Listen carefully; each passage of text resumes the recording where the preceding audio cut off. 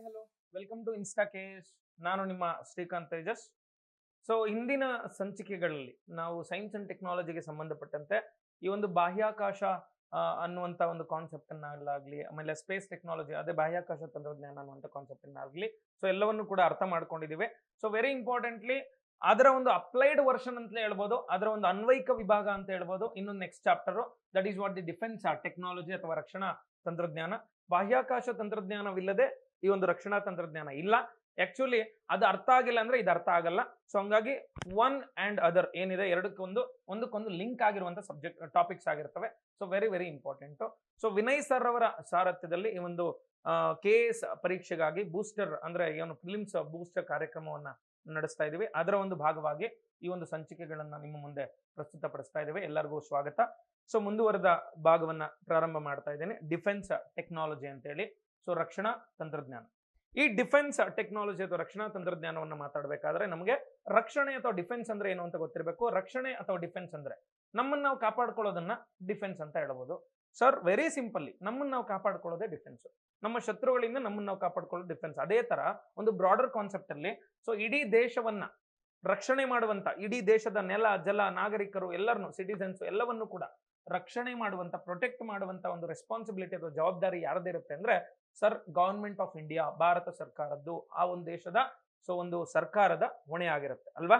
So ಅದೇ ತರ ಈ ಒಂದು ದೇಶದ ರಕ್ಷಣೆ ಅಂತ ಬಂದಾಗ ಸೊ ಇಲ್ಲಿ ತಂತ್ರಜ್ಞಾನ ಅನ್ನುವಂಥದ್ದು ಅತ್ಯವಶ್ಯಕವಾದಂತ ಒಂದು ಪಾತ್ರವನ್ನ ಪೋಷಣೆ ಮಾಡ್ತಾ ಇರುತ್ತೆ. ವಿತೌಟ್ ಟೆಕ್ನಾಲಜಿ ನಾವು ಡಿಫೆನ್ಸ್ ಅನ್ನುವಂಥದ್ರಲ್ಲಿ ಯಾವುದೇ ಕಾರಣಕ್ಕೂ ನಾವು ಶಕ್ತಿವಂತರಾಗ್ತೀವಿ ಅಂದ್ರೆ ಸೊ ಅದು ಸುಳ್ಳು. ಓಕೆ, ಸೊ ನಾವು 1000 ಜನ ಅಲ್ಲ ಸರ್, 10,000 ಜನ, 1,00,000 10 ಕೋಟಿ ಜನ ನಿಂತ್ಕೊಳ್ತೀವಿ ಗಡಿಯಲ್ಲಿ ಅಂದ್ರೆ ಅದರಿಂದ ಶಕ್ತಿ ಬರಲ್ಲ ಸರ್ ದೇಶಕ್ಕೆ. ಆಯ್ತಾ, ಎಲ್ಲಿಂದ ಬರುತ್ತೆ ಶಕ್ತಿ ಅಂದ್ರೆ ನಾವೆಷ್ಟು ಅಡ್ವಾನ್ಸ್ಡ್ ವೆಪನ್ಸ್ ಅನ್ನ ಇಟ್ಕೊಂಡಿದೀವಿ, ಎಷ್ಟು ಒಂದು ಅತ್ಯಾಧುನಿಕ ತಂತ್ರಜ್ಞಾನ ಭರಿತ ಒಂದು ಶಸ್ತ್ರಾಸ್ತ್ರಗಳನ್ನು ಹೊಂದಿದೀವಿ. ಸೊ ಅದರ ಮೇಲೆ ನಮ್ಮ ದೇಶದ ಅಭಿವೃದ್ಧಿ ಆಗಿರ್ಬೋದು, ಅದರ ಮೇಲೆ ನಮ್ಮ ದೇಶದ ಒಂದು ಸ್ಟ್ರೆಂತ್ ಅಥವಾ ಪವರ್ ಆಗಿರ್ಬೋದು ಅನ್ನುವಂಥದ್ದು ಡಿಸೈಡ್ ಆಗುತ್ತೆ. ವೆರಿ ವೆರಿ ಇಂಪಾರ್ಟೆಂಟ್ ಆಗಿ. ಸೊ ಡಿಫೆನ್ಸ್ ಅಂದ್ರೆ ನಿಮ್ಗೆ ಗೊತ್ತಾಯ್ತು, ರಕ್ಷಣೆ ಅಂತ ಟೆಕ್ನಾಲಜಿ, ಅದಕ್ಕೆ ಸಂಬಂಧಪಟ್ಟಂತ ತಂತ್ರಜ್ಞಾನಗಳು.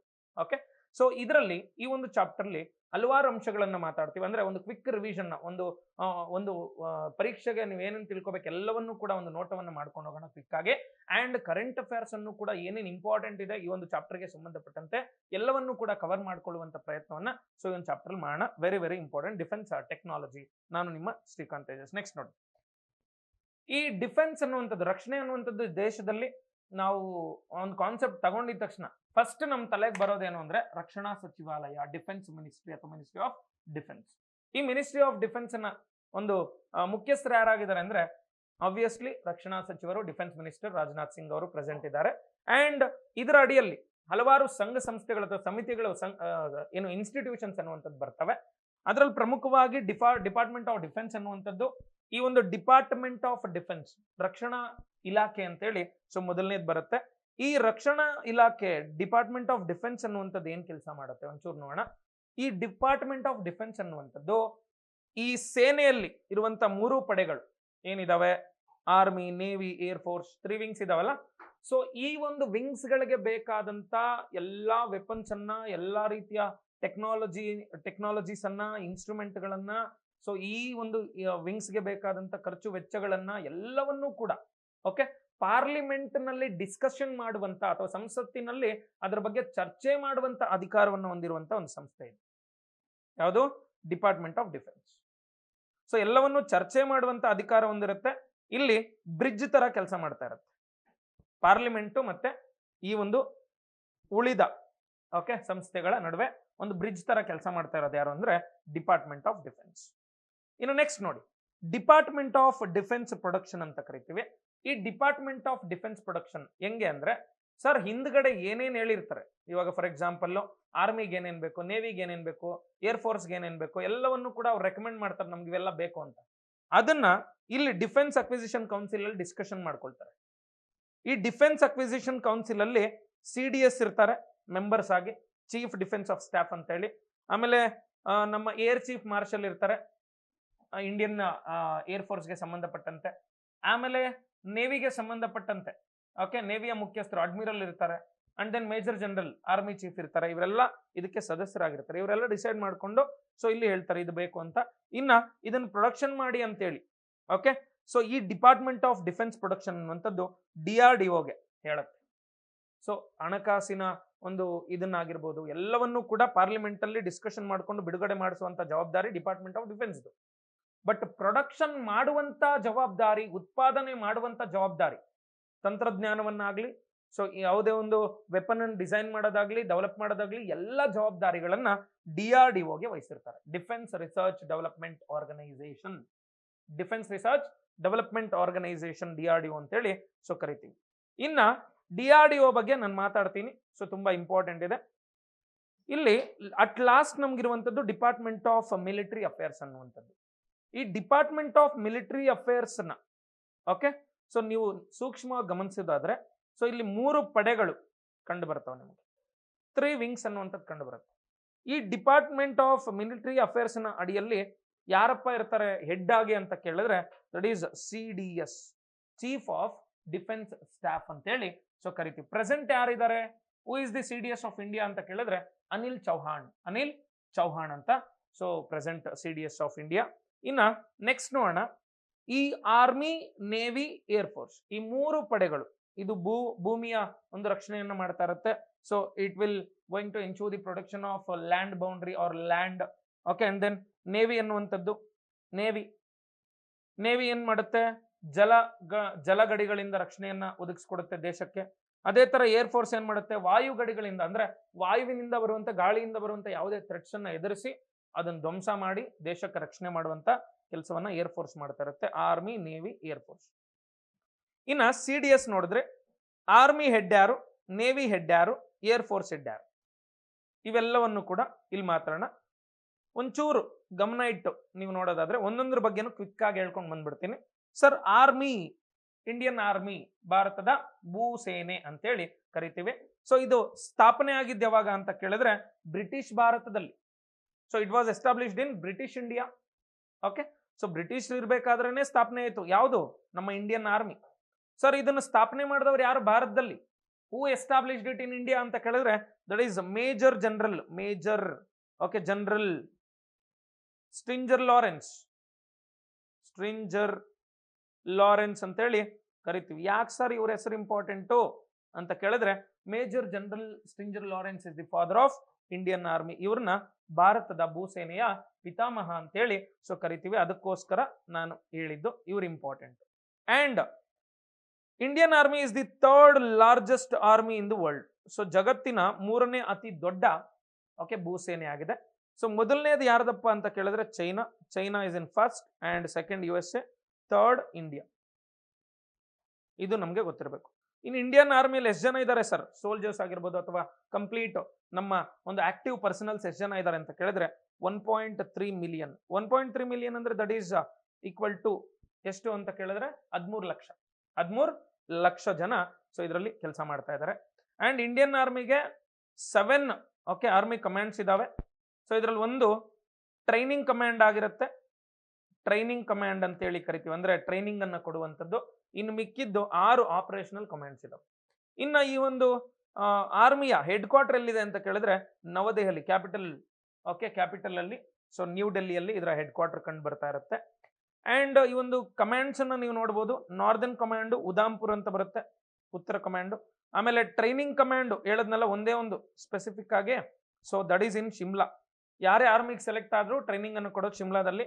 ಆಮೇಲೆ ಸೆಂಟ್ರಲ್ ಕಮಾಂಡ್ ಲಕ್ನೋದಲ್ಲಿದೆ, ಈಸ್ಟರ್ನ್ ಕಮಾಂಡ್ ಕೋಲ್ಕತ್ತಾದಲ್ಲಿದೆ, ಅಂಡ್ ದೆನ್ ನೀವು ನೋಡಬಹುದು ಸದರ್ನ್ ಕಮಾಂಡ್ ಪುಣೆಯಲ್ಲಿದೆ, ಸೌತ್ ವೆಸ್ಟರ್ನ್ ಕಮಾಂಡ್ ನೈಋತ್ಯ ಕಮಾಂಡ್ ಅಂತ ಕರಿತೀವಿ, that is in okay Jaipur. And then western command ಅನ್ನುವಂಥದ್ದು ಚಂಡೀಗರ್ ಅಂತ ಕರಿತೀವಿ, ಸೊ ಅಲ್ಲಿ ಕಂಡು ಬರ್ತಾ ಇದೆ ಚಂಡೀಗರ್. ಓಕೆ, ಸೊ ಚಂಡೀಗರ್, ಚಂಡಿ ಮಂದಿರ್ ಎರಡು ಒಂದೇ, ಚಂಡೀಗರ್ ಅಲ್ಲಿ ಕಂಡು ಬರ್ತಾ ಇದೆ. ನೆಕ್ಸ್ಟ್ ನೋಡಿ ಸರ್, ಈ ಒಂದು ಇಂಡಿಯನ್ ಆರ್ಮಿಯ ಮೋಟೋ ಏನ್ ಸರ್? ಮೋಟೋ ಅಂದ್ರೆ ಏನು, ಧ್ಯೇಯವಾಕ್ಯ ಏನಿದೆ ಸರ್? ಸೊ ಧ್ಯೇಯವಾಕ್ಯ ಬಂದ್ಬಿಟ್ಟು ಸೇವಾ ಪರಮೋ ಧರ್ಮ ಅಂತ, ಸಂಸ್ಕೃತ್ ಪದ ಇದು. ಸೇವಾ ಪರಮೋ ಧರ್ಮ ಅಂದ್ರೆ ಇಂಗ್ಲಿಷ್ ಅಲ್ಲಿ ನೋಡಿ ಸರ್ವಿಸ್ ಬಿಫೋರ್ ಸೆಲ್ಫ್, ಅಂದ್ರೆ ನನಗಿಂತ ಮೊದಲು ಸೇವೆ ಅನ್ನುವಂಥದ್ದು ಇದರ ಅರ್ಥವಾಗುತ್ತೆ. ಸೊ ಇದು ನಮ್ಮ ಇಂಡಿಯನ್ ಆರ್ಮಿಯ ಒಂದು ಸ್ಲೋಗನ್ ಅಥವಾ ಮೋಟೋ ಆಗಿರುತ್ತೆ, ಧ್ಯೇಯವಾಕ್ಯ ಆಗಿರುತ್ತೆ. Who is the head of Indian army ಅಂತ ಕೇಳಿದ್ರೆ ಮೇಜರ್ ಜನರಲ್ ಇವ್ರನ್ನ ಭಾರತದ ಭೂಸೇನೆಯ ಮುಖ್ಯಸ್ಥರು ಅಂತ ಕರಿತೀವಿ. ಯಾರಿದ್ದಾರೆ ಪ್ರೆಸೆಂಟ್ ಅಂತ ಕೇಳಿದ್ರೆ who is the major general currently ಅಂತ ಕೇಳಿದ್ರೆ ಮನೋಜ್ ಪಾಂಡೆ ಅಂತ ಹೇಳಿ ಸೊ ಕರಿತೀವಿ. ಪ್ರೆಸೆಂಟ್ ಇರೋದು ಯಾರು? ಮನೋಜ್ ಪಾಂಡೆ. ಓಕೆ, ಸೊ ಇದು basic information about the Indian army. And next ನೋಡಿ, ಇಂಡಿಯನ್ ನೇವಿ, ಭಾರತದ ಭಾರತೀಯ ನೌಕಾಪಡೆ ಅಂತ ಹೇಳಿ ಕರಿತೀವಿ. ಸೊ ಈ ಒಂದು ಭಾರತೀಯ ನೌಕಾಪಡೆ ಇಂಡಿಯನ್ ನೇವಿ ಅನ್ನುವಂಥದ್ದು ಯಾವಾಗ ಎಸ್ಟಾಬ್ಲಿಷ್ ಆಯಿತು ಭಾರತದಲ್ಲಿ? So when it was established ಅಂತ ಕೇಳಿದ್ರೆ 1934 1934ರಲ್ಲಿ ಇದು ಸ್ಥಾಪನೆ ಆಯಿತು. So established as royal Indian navy. Royal Indian navy ಅನ್ನುವಂಥ ಹೆಸರಲ್ಲಿ ಸೊ ಇದು ಸ್ಥಾಪನೆ ಆಯಿತು. ಇದರ ಕೇಂದ್ರ ಕಚೇರಿ ಎಲ್ಲಿದೆ ಅಂದ್ರೆ ನ್ಯೂ ಡೆಲ್ಲಿಯಲ್ಲಿ ಇದೆಯಪ್ಪ, ನವದೆಹಲಿಯಲ್ಲಿ. ಸೊ ಇದರ ಕೇಂದ್ರ ಕಚೇರಿ ಅನ್ನುವಂಥದ್ದು ನ್ಯೂ ಡೆಲ್ಲಿಯಲ್ಲಿ ಇದೆ, ನವದೆಹಲಿಯಲ್ಲಿ ಕಂಡು ಬರ್ತಾ ಇರುತ್ತೆ. ಇನ್ನ ಇದಕ್ಕೆ 3 ಕಮಾಂಡ್ಗಳಿದೆ, ಆಪರೇಷನಲ್ ಕಮಾಂಡ್ಸ್. ಒಂದು ಈಸ್ಟರ್ನ್ ಕಮಾಂಡ್, ಪೂರ್ವ ಕಮಾಂಡ್ ವಿಶಾಖಪಟ್ಟಣಂ ಅಲ್ಲಿದೆ, ದಕ್ಷಿಣ ಕೊಚ್ಚಿ, ಆಮೇಲೆ western command is in Mumbai. Okay sir, ಎಷ್ಟು ಜನ ಇದ್ದಾರೆ ಈ ಒಂದು ಇಂಡಿಯನ್ ನೇವಿಯಲ್ಲಿ? ಎಷ್ಟು ಜನ ಆಕ್ಟಿವ್ ಪರ್ಸನಲ್ಸ್ ಇದ್ದಾರೆ ಅಂತ ಕೇಳಿದ್ರೆ 58,000 ಪ್ಲಸ್ ಆಕ್ಟಿವ್ ಪರ್ಸನಲ್ಸ್ ಇದ್ದಾರೆ. 58,000ಕ್ಕೂ ಅಧಿಕ ಸೊ ಕಾರ್ಯನಿರ್ವಹಿಸುತ್ತಿರುವಂತ ಒಂದು ಸೈನಿಕರು ಇದರಲ್ಲಿ ಕಂಡು ಬರ್ತಾ ಇದ್ದಾರೆ. And India has the 6th largest navy in the world. So ಜಗತ್ತಿನ 6ನೇ ಅತಿ ದೊಡ್ಡ ಸೊ ನೌಕಾಪಡೆಯನ್ನ ನಮ್ಮ ಭಾರತ ಅನ್ನುವಂಥದ್ದು ಹೊಂದಿದೆ. ಇದು ಬೇಸಿಕ್ ಇನ್ಫಾರ್ಮೇಶನ್. ಆಮೇಲೆ ಮೋಟೋ ಇಸ್ ಇಂಪಾರ್ಟೆಂಟ್. ಮೋಟೋ ಅಂದ್ರೆ ಧ್ಯೇಯವಾಕ್ಯ, ಇದು ಸ್ವಲ್ಪ ಇಂಪಾರ್ಟೆಂಟ್ ಆಗುತ್ತೆ. ಈ ಸಂಸ್ಕೃತ ಪದ ಆ ಒಂದು ಪದದಿಂದಾನೇ ಬಂದಿದೆ ಇದ್ರ ಮೋಟೋ ಕೂಡ. ಅಂಡ್ ನಮ್ಮ ಪುರಾಣಗಳಲ್ಲಿ ಉಪನಿಷತ್ತುಗಳು ಅಂತ ಬರ್ತಾವೆ, ನಿಮ್ಗೆಲ್ಲರೂ ಗೊತ್ತಿರಬೇಕು. ಅದರಲ್ಲಿ ಒಂದು ತೈತರಿಯ ಉಪನಿಷತ್ ಅಂತ ಇದೆ, ತೈತರಿಯ ಉಪನಿಷತ್. ಆ ತೈತರಿಯ ಉಪನಿಷತ್ತಲ್ಲಿರುವಂತ ಸೊ ಒಂದು ಪದ ಶಾನೋ ವರುಣ ಅಂತ, ಶಾನೋ ವರುಣ. ಸೊ ಇದೆ ನಮ್ಮ ಇಂಡಿಯನ್ ನೇವಿಯ ಮೋಟೋ ಆಗಿರುತ್ತೆ. ಏನ್ ಸರ್ ಶಾನೋ ವರುಣ ಅಂದ್ರೆ? ಇದರ ಅರ್ಥ ಏನು ಅಂದ್ರೆ, may the god of oceans be auspicious on to us. May the god of oceans be auspicious on to us ಅನ್ನುವಂಥದ್ದು. So that is what the meaning of ಶಾನೋ ವರುಣ, ಶಾನೋ ವರುಣ. ಇನ್ನ ಇದು ಬೇಸಿಕ್ ಇನ್ಫಾರ್ಮೇಶನ್. ಇನ್ನ ಇದರ ಅಧ್ಯಕ್ಷ ಅಥವಾ ಮುಖ್ಯಸ್ಥರು ಯಾರಾಗಿರ್ತಾರೆ ಅಂತ ಕೇಳಿದ್ರೆ, who will be the head of the Indian navy ಅಂತ ಕೇಳಿದ್ರೆ very important. Head of Indian navy will be called as admiral. Admiral ಅಂತ ಕರಿತೀವಿ, ಅಡ್ಮಿರಲ್. ಪ್ರೆಸೆಂಟ್ ಅಡ್ಮಿರಲ್ ಯಾರಿದಾರಪ್ಪ ಅಂತ ಕೇಳಿದ್ರೆ ಆರ್ ರವಿಕುಮಾರ್. ಆರ್ ರವಿಕುಮಾರ್ ಅಂತೇಳಿ ಅವ್ರ ಹೆಸರು. ಓಕೆ, ಸೊ ನೆಕ್ಸ್ಟ್ ನೋಡೋಣ. ಇಂಡಿಯನ್ ಏರ್ ಫೋರ್ಸ್, ಭಾರತೀಯ ವಾಯುಪಡೆ ಅಂತ ಕರಿತೀವಿ. 1932ರಲ್ಲಿ ಎಸ್ಟಾಬ್ಲಿಷ್ ಆಯ್ತು. 1932ರಲ್ಲಿ ಎಸ್ಟಾಬ್ಲಿಷ್ ಆಯ್ತು during world war II. Okay, during world war II. And so Indian air force is the 4th largest in the world. 4th largest in the world. 4ನೇ ಅತಿ ದೊಡ್ಡ ವಾಯುಪಡೆ ಆಗಿದೆ ಪ್ರಪಂಚಾದ್ಯಂತ. ಆಮೇಲೆ ಎಷ್ಟು ಜನ ಇದ್ದಾರೆ ಇದರಲ್ಲಿ ಅಂದ್ರೆ 1,27,000 ಆಕ್ಟಿವ್ ಪರ್ಸನಲ್ಸ್ ಇದ್ದಾರೆ. So there are 1,27,000 active personals in the Indian Air Force. And then what will be the motto of Indian Air Force ಅಂತ ಕೇಳಿದ್ರೆ touch the sky with glory. Touch the sky with glory ಅನ್ನುವಂಥದ್ದು so Indian ಆರ್ಮಿಯ Moto ಆಗಿರುತ್ತೆ,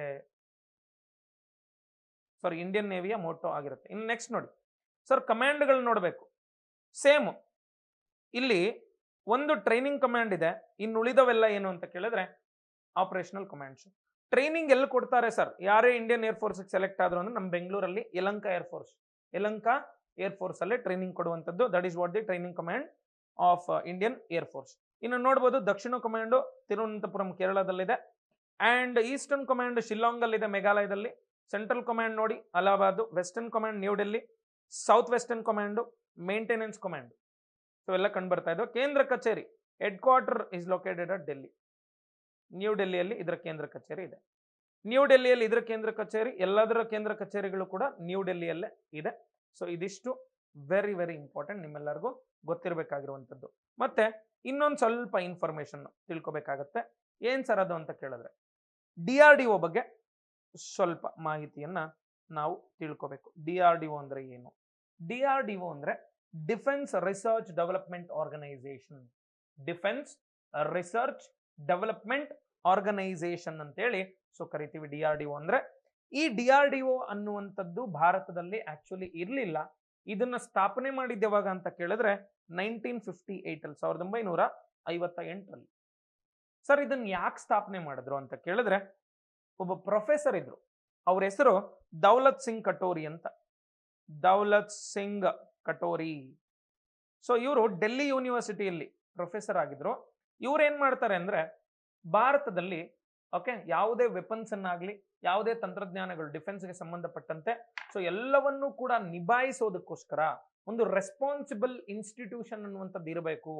okay, so ಹೆಂಗೆ ನಾವು 1969 ಅಲ್ಲಿ ಇಸ್ರೋ ಅಂತ ನಾವು ಸ್ಥಾಪನೆ ಮಾಡಿಕೊಂಡು ಎಲ್ಲ ಬಾಹ್ಯಾಕಾಶ ಕಾರ್ಯಕ್ರಮಗಳನ್ನ ಸ್ಪೇಸ್ ಪ್ರೋಗ್ರಾಮ್ಸ್ ಅನ್ನ ಇಸ್ರೋ ಕಡೆಯಿಂದ ರೆಗ್ಯುಲೇಟ್ ಮಾಡಿಸ್ತೀವಲ್ಲ, ಸೊ ಅದೇ ತರ ಇಲ್ಲಿ ಏನೇ ಟೆಕ್ನಾಲಜಿಕಲ್ ಡೆವಲಪ್ಮೆಂಟ್ಸ್ ಇದ್ರು ಡಿಫೆನ್ಸ್ಗೆ ಸಂಬಂಧಪಟ್ಟಂತೆ that will be done under DRDO ಅಂತ ಹೇಳಿ ಸೊ ಇವರು ರೆಫರ್ ಮಾಡ್ತಾರೆ. Under the efforts of Daulat Singh katori okay Indian government have established the DRDO in 1958. Okay, so ಇದು ಬೇಸಿಕ್ ಇನ್ಫಾರ್ಮೇಶನ್ ನಮ್ಗೆ ಗೊತ್ತಿರಬೇಕು. ಈಗಾಗಲೇ ಹೇಳಿದೀನಿ ಇದ್ರ ಕೆಲಸ ಏನು ಅಂದ್ರೆ R&D ರಿಸರ್ಚ್ ಅಂಡ್ ಡೆವಲಪ್ಮೆಂಟ್ ಆಗಿರ್ಬೋದು, ಅಂದ್ರೆ ನಮ್ಮ ಡಿಫೆನ್ಸ್ಗೆ ಸಂಬಂಧಪಟ್ಟಂತ ರಿಸರ್ಚ್ ಅಂಡ್ ಡೆವಲಪ್ಮೆಂಟ್ ಅಂಡ್ ಟೆಕ್ನಾಲಜಿಯನ್ನ ಇಂಡಿಜಿನೈಸೇಷನ್ ಮಾಡುವಂಥದ್ದು, ಅಂದ್ರೆ ದೇಶೀಯಗೊಳಿಸುವಂಥ ತಂತ್ರಜ್ಞಾನವನ್ನು. ಓಕೆ, ಸೊ ಇದು ಇದರ ಮೂಲ ಉದ್ದೇಶ ಆಗಿರುತ್ತೆ. ಆಮೇಲೆ ವರ್ಲ್ಡ್ ಕ್ಲಾಸ್ ಇನ್ಫ್ರಾಸ್ಟ್ರಕ್ಚರ್ ಅನ್ನ ಡಿಫೆನ್ಸ್ ಅಲ್ಲಿ ಸೊ ಯಾವುದೇ ದೇಶಕ್ಕೂ ಕಮ್ಮಿ ಇಲ್ಲ ಅನ್ನೋ ತರ ನಮ್ಮ ಭಾರತದ ಸೊ ಪಡೆಗಳನ್ನ ಶಕ್ತಿಯುತವಾಗಿ ಮಾಡುವಂಥದ್ದು ಇದರ ಉದ್ದೇಶ ಆಗಿರುತ್ತೆ. ಯಾವುದ್ರದ್ದು? DRDOದು. ಇನ್ನ ಈ DRDO ಅನ್ನುವಂಥದ್ದು ಭಾರತದಾದ್ಯಂತ 62 ಲ್ಯಾಬೊರೇಟರೀಸ್ ಅನ್ನ ಹೊಂದಿದೆಯಪ್ಪ. Okay, 62 laboratories. So they will be the helping hands of the DRDO. ಅಂದ್ರೆ ಅವೆಲ್ಲ ಕೂಡ ಸಹಾಯ ಹಸ್ತಗಳು, ಒಂದೊಂದು ಕೆಲಸವನ್ನ ಮಾಡಿ ಸೊ ಎಲ್ಲ DRDOಗೆ ಹೆಲ್ಪ್ ಮಾಡ್ತಾ ಇರ್ತವೆ. ಓಕೆ, ಸೊ ಇದು ಬೇಸಿಕ್ ಇನ್ಫಾರ್ಮೇಶನ್. ನಮ್ಮ ದೇಶದಲ್ಲಿ ಏನೇ ವೆಪನ್ಸ್ ಅನ್ನಾಗ್ಲಿ ಏನನ್ನಾಗ್ಲಿ ಸರ್ಕಾರದ ಕಡೆಯಿಂದ ಅಭಿವೃದ್ಧಿ ಮಾಡ್ತಾ ಇದ್ದಾರೆ ಅಂದ್ರೆ ಅದು DRDOದ ಅಡಿಯಲ್ಲಿ ಅಭಿವೃದ್ಧಿ ಆಗುತ್ತೆ. ಓಕೆ, ಸೊ ಇದು ಗೊತ್ತಿರಬೇಕಾಗುತ್ತೆ. ಇನ್ನ very important defence innovation organisation ಅಂತ ಒಂದಿದೆ ಸರ್. ಡಿಫೆನ್ಸ್ ಇನೋವೇಷನ್ ಆರ್ಗನೈಸೇಷನ್ ಇದು non profit organisation actually. Okay, so ಇದರ ಅಡಿಯಲ್ಲಿ 2 ಸಂಸ್ಥೆಗಳಿದಾವೆ. ಒಂದು HAL ಹಿಂದೂಸ್ತಾನ್ ಏರೋನಾಟಿಕ್ಸ್ ಲಿಮಿಟೆಡ್, ಇನ್ನೊಂದು Bharat electronics limited, HAL and bell. So ಇವು ಕೂಡ DRDOಗೆ ಏನಾದರೂ ಹೆಲ್ಪ್ ಮಾಡಬೇಕು ಅಂದ್ರೆ ಆ ಹೆಲ್ಪ್ ಅನ್ನ ಮಾಡ್ತಾ ಇರ್ತವೆ ಈ ಸಂಸ್ಥೆಗಳು ಕೂಡ. ಸೊ ಈ ಒಂದು ಡಿಫೆನ್ಸ್ ಇನೋವೇಷನ್ ಆರ್ಗನೈಸೇಷನ್ ಅನ್ನುವಂಥದ್ದನ್ನ ಕಂಪನೀಸ್ ಆಕ್ಟ್ ನ ಅಡಿಯಲ್ಲಿ ಕಂಪನೀಸ್ ಆಕ್ಟ್ ನ ಸೆಕ್ಷನ್ 8 ಅಂತ ಬರುತ್ತೆ. ಸೆಕ್ಷನ್ 8 ಓಕೆ, ಸೊ ಅಡಿಯಲ್ಲಿ ಇದನ್ನ ಎಸ್ಟಾಬ್ಲಿಷ್ ಮಾಡ್ತಾರೆ. ಸೊ ಕಂಪನೀಸ್ ಆಕ್ಟ್ 2013 ಸೆಕ್ಷನ್ 8 ನ ಅಡಿಯಲ್ಲಿ ಸೊ ಇದನ್ನ ಯಾವ್ದನ್ನ ಡಿಫೆನ್ಸ್ ಇನೋವೇಷನ್ ಆರ್ಗನೈಸೇಷನ್ ನ ಇಂಡಿಯಾದಲ್ಲಿ ಎಸ್ಟಾಬ್ಲಿಷ್ ಮಾಡ್ತಾರೆ. ಇದರ ಅಡಿಯಲ್ಲಿರುವಂತ 2 ಸಂಸ್ಥೆಗಳು HAL ಮತ್ತೆ BEL ಅಂದ್ರೆ Bharat electronics limited. So these are the defence public sector undertakings ಆಗಿರ್ತವೆ ಇಂಡಿಯಾದಲ್ಲಿ. ಡಿಫೆನ್ಸ್ ಪಬ್ಲಿಕ್ ಸೆಕ್ಟರ್ ಅಂಡರ್ಟೇಕಿಂಗ್ಸ್, ಇದು ಬೇಸಿಕ್ ಇನ್ಫಾರ್ಮೇಶನ್ ನಿಮ್ಗೆ ಗೊತ್ತಿರಲಿ sir.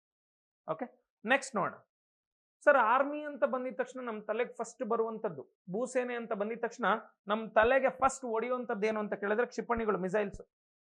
Sir what is missile? Missile ಅಂದ್ರೆ the rocket powered vehicle okay with intelligence ಅಲ್ವಾ. So ಬುದ್ಧಿವಂತಿಕೆಯನ್ನು ಹೊಂದಿರುತ್ತೆ ಅಂತ ಹೇಳ್ತಾರೆ. ಯಾಕೆ ಅಂತ ಕೇಳಿದ್ರೆ it needs to search and hit the target sometimes. ಅಂದ್ರೆ ಇದು ಕೆಲವು ಸಮಯಗಳಲ್ಲಿ ಏನ್ ಮಾಡುತ್ತೆ ಅಂದ್ರೆ ಹುಡುಕೊಂಡೋಗಿ ಹೊಡೆಯುತ್ತೆ ಶತ್ರು ಸ್ಥಾನಗಳನ್ನು, ನೆಲೆಗಳನ್ನು. ಹಂಗಾಗಿ ಇದಕ್ಕೆ ಸ್ವಲ್ಪ ಇಂಟೆಲಿಜೆನ್ಸ್ ಅನ್ನು ಕೂಡ ಇಂಡಕ್ಟ್ ಮಾಡಿರ್ತಾರೆ. ಇನ್ನ ಈ ಕ್ಷಿಪಣಿಗಳನ್ನ ಒಂಚೂರು ನಾವು ಗಮನಿಸೋದಾದ್ರೆ, ಕ್ಷಿಪಣಿಗಳು ನಾನು ನಿಮ್ಗೆ ಹೇಳಿದೀನಿ ಮಿಸೈಲ್ಸ್ ಅಂದ್ರೆ ಏನು ಅಂತ. ಸೊ ರಾಕೆಟ್ ಅನ್ನ ನಾವೇನಾದ್ರೂ ಡಿಸ್ಟ್ರಕ್ಟಿವ್ ಪರ್ಪೋಸ್ಗೆ ಅಂದ್ರೆ ವಿನಾಶಕಾರಿ ಕೃತ್ಯಗಳಿಗೆ ಬಳಸಿದ್ರೆ ಅದನ್ನ ಕ್ಷಿಪಣಿಗಳು ಮಿಸೈಲ್ಸ್ ಅಂತ ಕರಿತೀವಿ.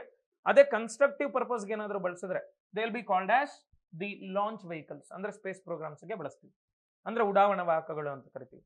ಈ ಕ್ಷಿಪಣಿಗಳಲ್ಲಿ ಹಲವಾರು ವಿಧಗಳಿವೆ. There are many types of missiles. Okay, so ಇಲ್ಲಿ ಬೇಸಿಕ್ ಇನ್ಫಾರ್ಮೇಶನ್ ಅನ್ನ ನೋಡೋದಾದ್ರೆ ಭಾರತದಲ್ಲಿ ಇಂಡಿಯಾದಲ್ಲಿ ಕ್ಷಿಪಣಿಗಳು ಮಿಸೈಲ್ಸ್ ಅನ್ನುವಂಥದ್ದು ಇರಲಿಲ್ಲ. ಯಾಕಂದ್ರೆ ನಾವು ರಾಕೆಟ್ ಅನ್ನು ಡೆವಲಪ್ ಮಾಡ್ಕೊಂಡು ಫಸ್ಟ್ ಟೈಮ್ ಲಾಂಚ್ ಮಾಡಿದ್ದೆ 1975 ಅಲ್ಲಿ ಫಸ್ಟ್ ಆಪರೇಷನಲ್ ರಾಕೆಟ್, ಅದು ಸೌಂಡಿಂಗ್ ರಾಕೆಟ್ ಆಗಿತ್ತು. ಇನ್ನು ಇಂಡಿಯಾದಲ್ಲಿ ಏನ್ ಮಾಡ್ತಾರೆ ಅಂದ್ರೆ ಇದರ ಅಭಿವೃದ್ಧಿಗಾಗಿ ಮೊದಲಿಂದ ಕೆಲಸ ಮಾಡ್ಕೊಂಡು ಬರ್ತಾ ಇದ್ರು. ಆದ್ರೆ 1967 ಅಲ್ಲಿ ಓಕೆ, ಸೊ ಒಂದು ಸ್ಪೇಸ್ ಕಮ್ ಡಿಫೆನ್ಸ್ ರಾಕೆಟ್ ಅನ್ನ ಟ್ರಯಲ್ ಮಾಡ್ತಾರೆ, ಟೆಸ್ಟ್ ಮಾಡ್ತಾರೆ. ಅದರ ಹೆಸರು ರೋಹಿಣಿ 75, ರೋಹಿಣಿ 75 ಅಂತೇಳಿ. ಸೊ ಇದು first okay space come defence rocket ಆಗಿತ್ತು. ಎರಡಕ್ಕೂ ಉಪಯೋಗ ಆಗೋ ತರ ಇದನ್ನ ಪ್ರಯೋಗವನ್ನ ಮಾಡ್ಕೊಳ್ತಾರೆ. ನೆಕ್ಸ್ಟ್ ಏನ್ ಮಾಡ್ತಾರೆ ಅಂದ್ರೆ ನಿಧಾನಕ್ಕೆ ಬರ್ತಾ ಬರ್ತಾ 1960s ಇದೇ ವರ್ಷದಲ್ಲಿ ಪ್ರಾಜೆಕ್ಟ್ ಇಂಡಿಗೋ ಅಂತ ಮಾಡ್ತಾರೆ. ಪ್ರಾಜೆಕ್ಟ್ ಇಂಡಿಗೋದಲ್ಲಿ ಆಯ್ತಾ ಒಂದು ಶಾರ್ಟ್ ರೇಂಜ್ ಮಿಸೈಲ್ ಅನ್ನ ಅಂದ್ರೆ ಕಡಿಮೆ ದೂರ ಕ್ರಮಿಸುವಂತ ಒಂದು ಕ್ಷಿಪಣಿಯನ್ನ ಅಭಿವೃದ್ಧಿ ಮಾಡ್ಕೊಳ್ಳುವ ಗುರಿಯನ್ನು ಭಾರತ ಹೊಂದಿರುತ್ತೆ. ಆದ್ರೆ ಆಗೋದಿಲ್ಲ ಇದು. ಅಂಡ್ ಪ್ರಾಜೆಕ್ಟ್ ಡೆವಿಲ್ ಅಂತ ಮಾಡ್ತಾರೆ, ಮತ್ತೆ ಪ್ರಾಜೆಕ್ಟ್ ಡೆವಿಲ್ ಅಂತ ಮಾಡ್ತಾರೆ. ಇದು ಕೂಡ ಇದರಲ್ಲಿ ಪೃಥ್ವಿ ಅನ್ನುವಂತ ಒಂದು ಕ್ಷಿಪಣಿಯನ್ನು ಅಭಿವೃದ್ಧಿ ಮಾಡ್ಕೊಳ್ಳುವಂತ ಗುರಿಯನ್ನು ಹೊಂದಿರ್ತಾರೆ. ಆದ್ರೆ ಇದು ಆಗಲ್ಲ. ಮತ್ತೆ ಇದ್ರ ಜೊತೆಗೆ ಪ್ರಾಜೆಕ್ಟ್ ವೇಲಿಯಂಟ್ ಅಂತ ಮಾಡ್ತಾರೆ, ಇದನ್ನ ಮರ್ಜ್ ಮಾಡ್ತಾರೆ, ಎರಡನ್ನೂ ಸೇರಿಸ್ತಾರೆ. ಪ್ರಾಜೆಕ್ಟ್ ಡೆವಿಲ್ ಮತ್ತೆ ವೇಲಿಯಂಟ್ ಎರಡೂ ಕೂಡ ಪ್ಯಾರಲಲ್ ಆಗಿ ನಡೀತವೆ. ಇದನ್ನ 1970s ಅಲ್ಲಿ ಮಾಡ್ತಾರೆ, 1970ರ ದಶಕದಲ್ಲಿ ಮಾಡ್ತಾರೆ. ಸೊ ಇವೆಲ್ಲ ಫೇಲ್ಯೂರೆ, ಯಾವುದು ವರ್ಕೌಟ್ ಆಗಲ್ಲ. ಅದಕ್ಕೇನಾಗುತ್ತೆ ಅಂದ್ರೆ ನಮ್ಮ ಅಬ್ದುಲ್ ಕಲಾಂ ಅವರು ಏನು ಇವತ್ತು ನಾವು ಭಾರತದ ಮಿಸೈಲ್ ಮ್ಯಾನ್, ಕ್ಷಿಪಣಿ ಮಾನವ ಅಂತೆಲ್ಲ ಕರಿತೀವಲ್ಲ, ಸೊ ನಮ್ಮ ಅಬ್ದುಲ್ ಕಲಾಂ ರವರು ಓಕೆ, ಸೊ ಈ DRDOದ ಮುಖ್ಯಸ್ಥರಾಗಿ ಬರ್ತಾರೆ. ಕೆಲಸ ಮಾಡ್ತಾ ಇರಬೇಕಾದ್ರೆ ಏನಾಗುತ್ತೆ ಅಂತ ಕೇಳಿದ್ರೆ ಒಂದು ಪ್ರೋಗ್ರಾಮ್ ಅನ್ನ ಭಾರತದಲ್ಲಿ ಜಾರಿಗೆ ಮಾಡ್ತಾರೆ. ಇದು ಭಾರತಕ್ಕೆ ಸೊ 100 ಆನೆ ಬಲ ತಂದುಕೊಡುತ್ತೆ ಸರ್, ಭಾರತದ ಡಿಫೆನ್ಸ್ ಅಥವಾ ರಕ್ಷಣಾ ಕ್ಷೇತ್ರಕ್ಕೆ. ಆ ಒಂದು ಕಾರ್ಯಕ್ರಮ ತುಂಬಾ ಇಂಪಾರ್ಟೆಂಟು. ಸೊ ಈ ಒಂದು ಕಾರ್ಯಕ್ರಮದ ಹೆಸರೇ IGMDP. ಓಕೆ ಸರ್, ಇದನ್ನ ಯಾವಾಗಪ್ಪ ನಮ್ಮ ಅಬ್ದುಲ್ ಕಲಾಂ ಅವರು ಓಕೆ ಜಾರಿಗೆ ತಂದ್ರು ಅಥವಾ ಕ್ಯಾಬಿನೆಟ್ ಇಂದ ಅಪ್ರೂವ್ ಮಾಡಿಸಿ, ಸೊ ಈ ಒಂದು ಕಾರ್ಯಕ್ರಮವನ್ನ ಯಾವಾಗ ಪ್ರಾರಂಭ ಮಾಡಿದ್ರು ಅಂತ ಕೇಳ್ತಾರೆ. So it is very very important. 1983, 1983ರಿಂದ 2000 ಓಕೆ, ಸೊ 15ರವರೆಗೂ, ಸಾರಿ 2012ರವರೆಗೂ ಇರುತ್ತೆ ಈ ಕಾರ್ಯಕ್ರಮ. ಇನ್ನು integrated missile guided missile development programme ಅಂತ, integrated guided missile development programme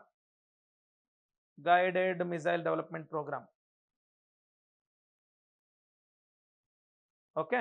so ಇದನ್ನ IGMDP ಅಂತ ಕರೆದ್ರು ಅಬ್ದುಲ್ ಕಲಾಂ ರವರ ನೇತೃತ್ವದಲ್ಲಿ. ಸೊ ಈ ಒಂದು ಪ್ಲಾನ್ ಅನ್ನುವಂಥದ್ದು ಬಂತು. ಇಲ್ಲಿ ನೋಡಿ, ಇಷ್ಟೊತ್ತವರೆಗೂ ನಾವು ಒಂದೊಂದನ್ನೇ ಡೆವಲಪ್ ಮಾಡಿದ್ವಿ. ಎಲ್ಲಿ ಪ್ರಾಜೆಕ್ಟ್ ಡೆವಿಲ್ ಆಗಿರ್ಬೋದು, ಇಂಡಿಗೋ ಆಗಿರ್ಬೋದು, ಮತ್ತೆ ವೇಲಿಯಂಟ್ ಅಂತ ಒಂದೊಂದು ಮಿಸೈಲ್. ಬಟ್ ಇವ್ರೇನ್ ಮಾಡಿದ್ರು, ಇಂಟಿಗ್ರೇಟೆಡ್ ಅಂದ್ರು. ಅಂದ್ರೆ ಹಲವಾರು ಕ್ಷಿಪಣಿಗಳನ್ನ ಒಂದು ಕಾರ್ಯಕ್ರಮದ ಅಡಿಯಲ್ಲಿ ಅಭಿವೃದ್ಧಿ ಮಾಡ್ಕೊಳ್ಳೋಣ ಅಂತೇಳಿ ಈ ಕಾರ್ಯಕ್ರಮವನ್ನು ತರ್ತಾರೆ. ಸೊ ಈ ಒಂದು ಕಾರ್ಯಕ್ರಮದ ಅಡಿಯಲ್ಲಿ ನಾವು ಡೆವಲಪ್ ಮಾಡಿಕೊಂಡಂತ ಕ್ಷಿಪಣಿಗಳೇ ಪೃಥ್ವಿ ಗೊತ್ತಲ್ಲ, ಆಕಾಶ್, ತ್ರಿಶೂಲ್, ನಾಗ್ ಮಿಸೈಲ್ಸು, ಅಗ್ನಿ ಮಿಸೈಲ್ಸು. ಸೊ ಇವೆಲ್ಲವನ್ನು ಕೂಡ ನಾವಿಲ್ಲೇ ಡೆವಲಪ್ ಮಾಡ್ಕೊಂಡಿದ್ವಿ, ಈ ಒಂದು ಕಾರ್ಯಕ್ರಮದ ಅಡಿಯಲ್ಲೇ ಡೆವಲಪ್ ಮಾಡ್ಕೊಂಡಿದ್ದು. ಸೊ ನಾವು ಈ ಒಂದು 5 ಕ್ಷಿಪಣಿ ವ್ಯವಸ್ಥೆಗಳು ಮಿಸೈಲ್ ಸಿಸ್ಟಮ್ಸ್ ಅಂತ ಕರಿಬೇಕು. ಯಾಕಂದ್ರೆ ಒಂದೊಂದು ಮಿಸೈಲ್ ಅಲ್ಲ. ಸೊ ಪೃಥ್ವಿಯಲ್ಲಿ 3 ವೇರಿಯಂಟ್ಸ್ ಇದೆ. 3 ವೇರಿಯಂಟ್ಸ್ ಯಾವ್ಯಾವ್ದು ಅಂತ ಹೇಳ್ತೀನಿ. ಆಕಾಶ್ ಇದೆ, ತ್ರಿಶೂಲ್ ಇದೆ, ನಾಗ್ ಇದೆ, ಅಗ್ನಿ ಇದೆ. ಎಲ್ಲದ್ರ ಬಗ್ಗೆ ಕೂಡ ನಾನು ಮಾತಾಡ್ತೀನಿ.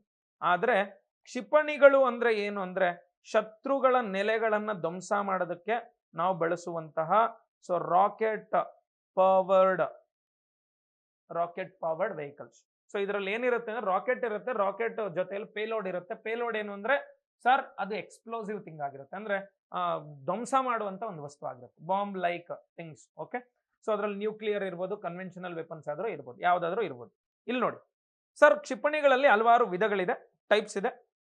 ಇವೆಲ್ಲ ಬೇಸಿಕ್ಸ್ ನಿಮಗೆ ಗೊತ್ತಿರಬೇಕಾಗತ್ತೆ.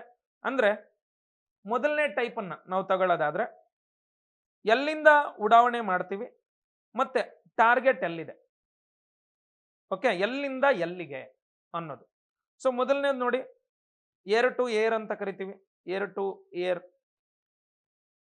ಟು ಏರ್ ಮಿಸೈಲ್ಸ್ ಅಂದ್ರೆ ಗಾಳಿಯಿಂದ ಗಾಳಿಗೆ ವಿಮಾನಗಳ ಮುಖಾಂತರ ತಗೊಂಡೋಗಿ ವಿಮಾನಗಳನ್ನು ಹೊಡೆದಾಕೋದು, air to air missiles. And then surface to air ಅಂತ ಕರಿತೀವಿ ಓಕೆ, ಅಂದ್ರೆ ನೆಲದಿಂದ ಆಕಾಶದ ಟಾರ್ಗೆಟ್ಗಳನ್ನು ಹೊಡೆಯೋದು. ಆಮೇಲೆ surface to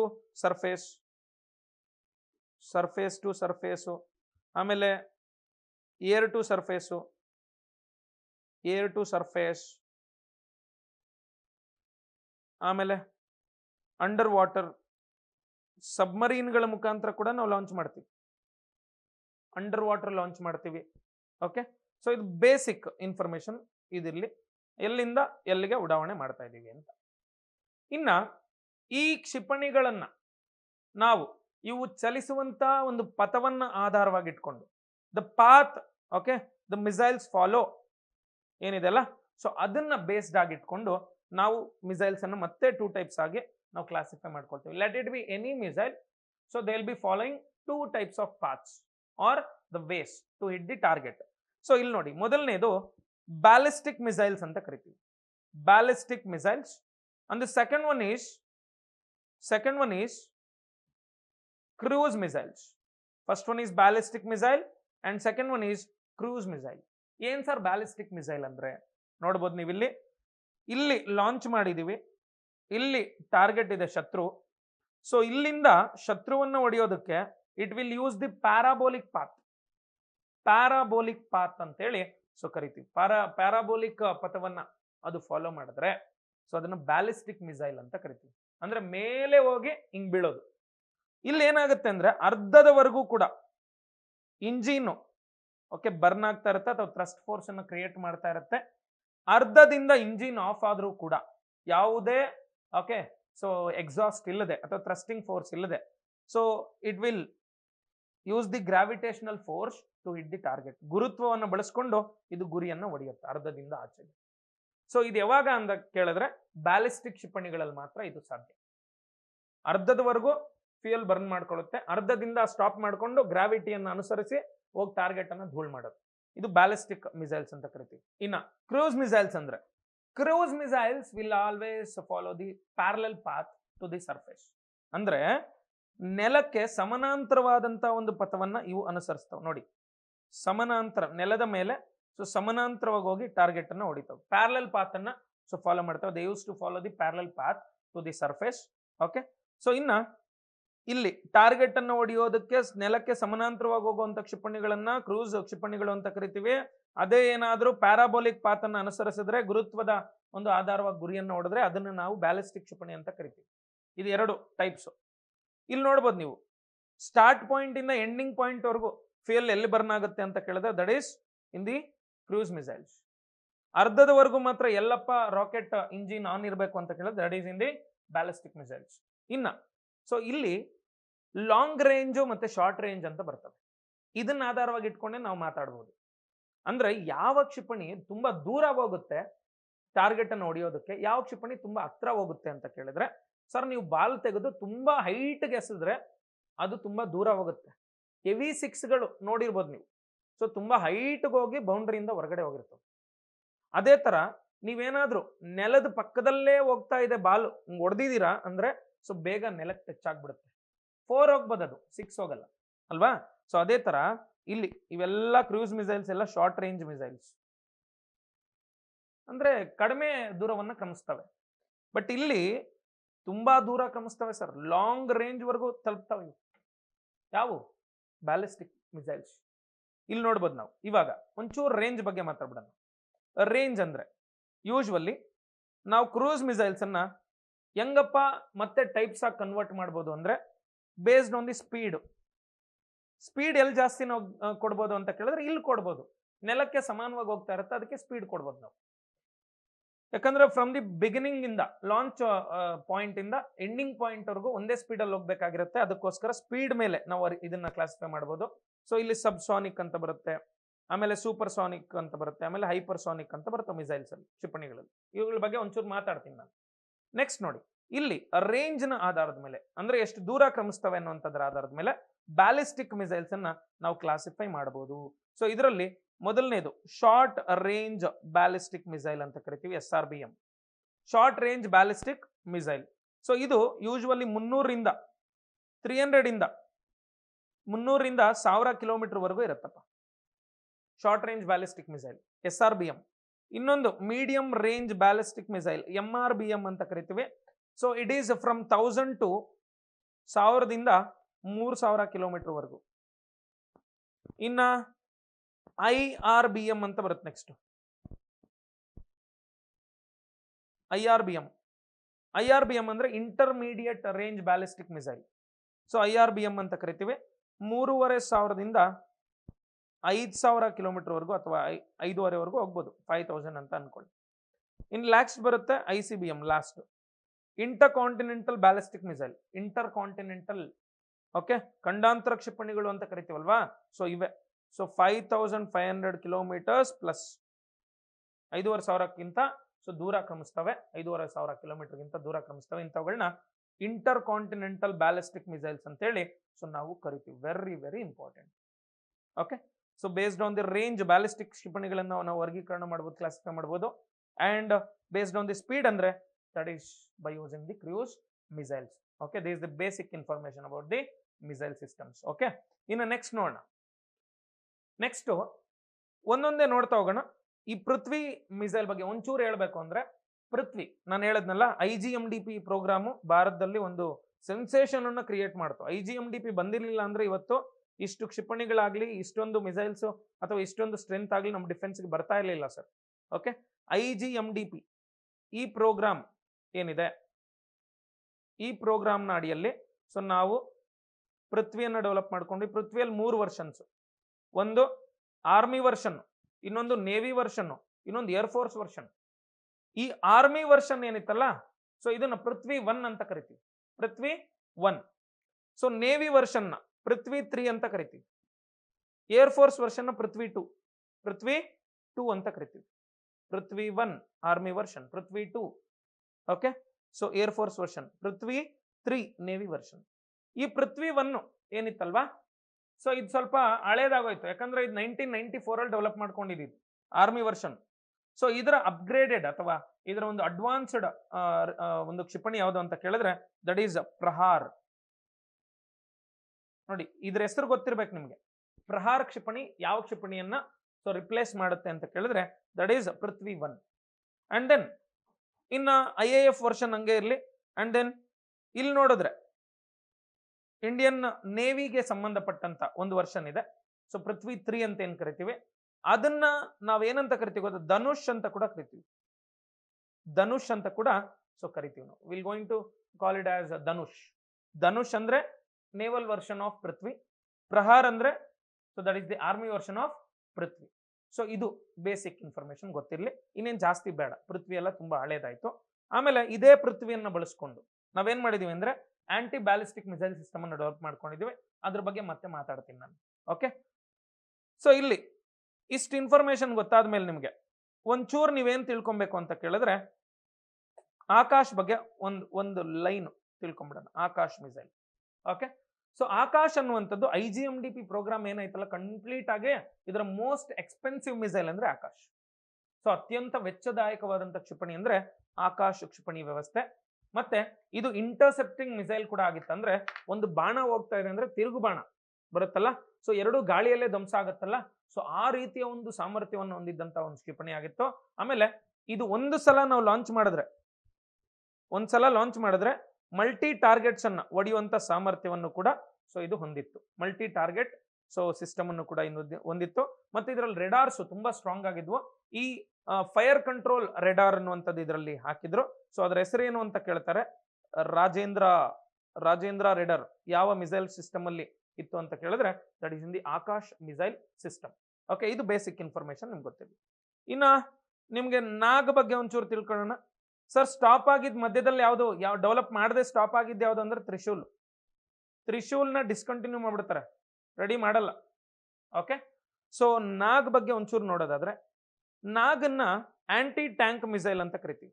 aunty tank missile ಅಂದ್ರೆ ಈ ಯುದ್ಧದ ಟ್ಯಾಂಕ್ಗಳು ಅಥವಾ ಯುದ್ಧದ ಸಾಮಗ್ರಿಗಳು ಎಲ್ಲ ಬರ್ತಾವಲ್ಲ, ಅವುಗಳನ್ನ ಹೊಡೆಯುತ್ತೆ.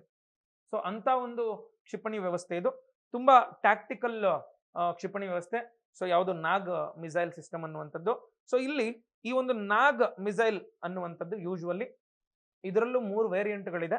ಸರ್, ಒಂದು ಹೆಲಿಕಾಪ್ಟರ್ ಮೌಂಟ್ ಮಾಡಿರ್ತಾರೆ. ಹೆಲಿಕಾಪ್ಟರ್ ಅಲ್ಲಿ ತಗೊಂಡೋದ್ರೆ ನಾಗ್ ಕ್ಷಿಪಣಿಯನ್ನ ಅಲ್ಲಿಂದ ಉಡಾವಣೆ ಮಾಡಿದ್ರೆ ಅದನ್ನ ಎಲಿನಾ ಅಂತ ಕರಿತೀವಿ. Helina. So the helicopter version of Nag missile is called as Helina. ಅಂದ್ರೆ helicopter mounted or based Nag ಅಂತ. ಓಕೆ, ಇನ್ನೊಂದಿದೆ ನಾಮಿಕಾ ಅಂತ. ನಾಮಿಕಾ, ಏನ್ ನಾಮಿಕಾ ಅಂದ್ರೆ ಅಂದ್ರೆ ವೆರಿ ಸಿಂಪಲ್. ಸೊ ನಾಮಿಕಾ ಅನ್ನುವಂಥದ್ದು ನಾಗ್ ಮಿಸೈಲ್ ಕ್ಯಾರಿಯರ್ ಅಂತ. ನಾಗ್ ಮಿಸೈಲ್ ಕ್ಯಾರಿಯರ್ ಸರ್, ಒಂದು ವೆಹಿಕಲ್ ಅಲ್ಲಿ ನಾಗ್ ಮಿಸೈಲ್ ನ ಇಟ್ಟಿರ್ತಾರೆ, ಪ್ಯಾನ್ಸರ್ ತರ ಕಾಣ್ತಾ ಇರುತ್ತೆ. ಎಲ್ಲ ಗೇಮ್ಸ್ ಆಡಿರ್ತೀವಲ್ಲ GT Vice City, ಅದು ಪ್ಯಾನ್ಸರ್ ಇರಲ್ವಾ, ಆ ತರ ಇರುತ್ತೆ. ಸೊ ತುಂಬಾ ಸಣ್ಣದು ಚಿಕ್ಕದಾಗಿರುತ್ತೆ, ಬರೀ 45 kg ಇರುತ್ತೆ ಈ ಕ್ಷಿಪಣಿ. ಓಕೆ, ಇನ್ನು ನೆಕ್ಸ್ಟ್ MPATGP ಅಂತ ಇದೆ. ಸಾರಿ, MPATGM, man portable okay aunty tank guided missile ಅಂತ ಕರಿತೀವಿ. ಅಂದ್ರೆ ಇಲ್ಲಿ ಇಟ್ಕೊಂಡು ಭುಜದ ಮೇಲೆ ಸೊ ಫೈರ್ ಮಾಡ್ಬೋದು ಸೈನಿಕರು, ಸೋಲ್ಜರ್ಸ್. ಸೊ ಇದ್ರ ವೆಯ್ಟ್ 15 kg ಇರುತ್ತೆ ನೋಡಿ. ವೇರಿಯಂಟ್ಸ್ ಗೊತ್ತಿರ್ಬೇಕು ನಿಮ್ಗೆ. ಆಮೇಲೆ ಈ ನಾಗು ತುಂಬಾ ವಿಶೇಷ. ಸೊ ಇದು fire and forget missile. So it works on fire and forget principle. ಅಂದ್ರೆ ಒಂದ್ಸಲ ಉಡಾವಣೆ ಮಾಡಿಬಿಟ್ರೆ ಹುಡುಕೊಂಡೋಗಿ ಹೊಡಿಯುತ್ತೆ. ನೀವೆಲ್ಲಾದ್ರೂ ಇರ್ಲಿ ಸ್ಟಾಪ್ ಮಾಡಕ್ಕಾಗಲ್ಲ, ಇದನ್ನ ಧ್ವಂಸ ಮಾಡಕ್ಕಾಗಲ್ಲ. ನಾವು ಗಾಳಿಯಲ್ಲಿ ಮನಸ್ಸು ಚೇಂಜ್ ಆಯ್ತು, ಬೇಡ ಶತ್ರು ಒಳ್ಳೆಯವನು ಅಂತ ಫೀಲ್ ಆಗ್ತಾ ಇದೆ ಲಾಂಚ್ ಮಾಡಿದ್ಮೇಲೆ, ಇನ್ನೂ ಅಲ್ಲಿ ಲ್ಯಾಂಡ್ ಆಗೋದಕ್ಕೆ ಇನ್ನೂ ಟೈಮ್ ಇದೆ, ಆದ್ರೂ ಮನ್ಸು ಬದಲಾಯ್ತು, ನಾವಲ್ಲೇ ಧ್ವಂಸ ಮಾಡೋಣ ಗಾಳಿಯಲ್ಲಿ ಅಂದ್ರೆ ಆಗಲ್ಲ ಸರ್. ಒಂದ್ಸಲ ಫೈರ್ ಮಾಡಿದ್ರ ಮಾರ್ತೋಗ್ಬೇಕಷ್ಟೇ, ಹುಡುಕೊಂಡು ಹೋಗಿ ಹೊಡಿಯುತ್ತದೆ. Okay, fire and forget principle ನ ಮೇಲೆ ಸೊ ಇದು ಕೆಲಸ ಮಾಡ್ತಾ ಇರುತ್ತೆ. ಸೊ ವೆರಿ ವೆರಿ ಇಂಪಾರ್ಟೆಂಟ್ ಯಾವುದು, ನಾಗ್ ಮಿಸೈಲ್ ಅನ್ನುವಂಥದ್ದು. ನೆಕ್ಸ್ಟ್ ನೋಡೋಣ ಅಗ್ನಿ.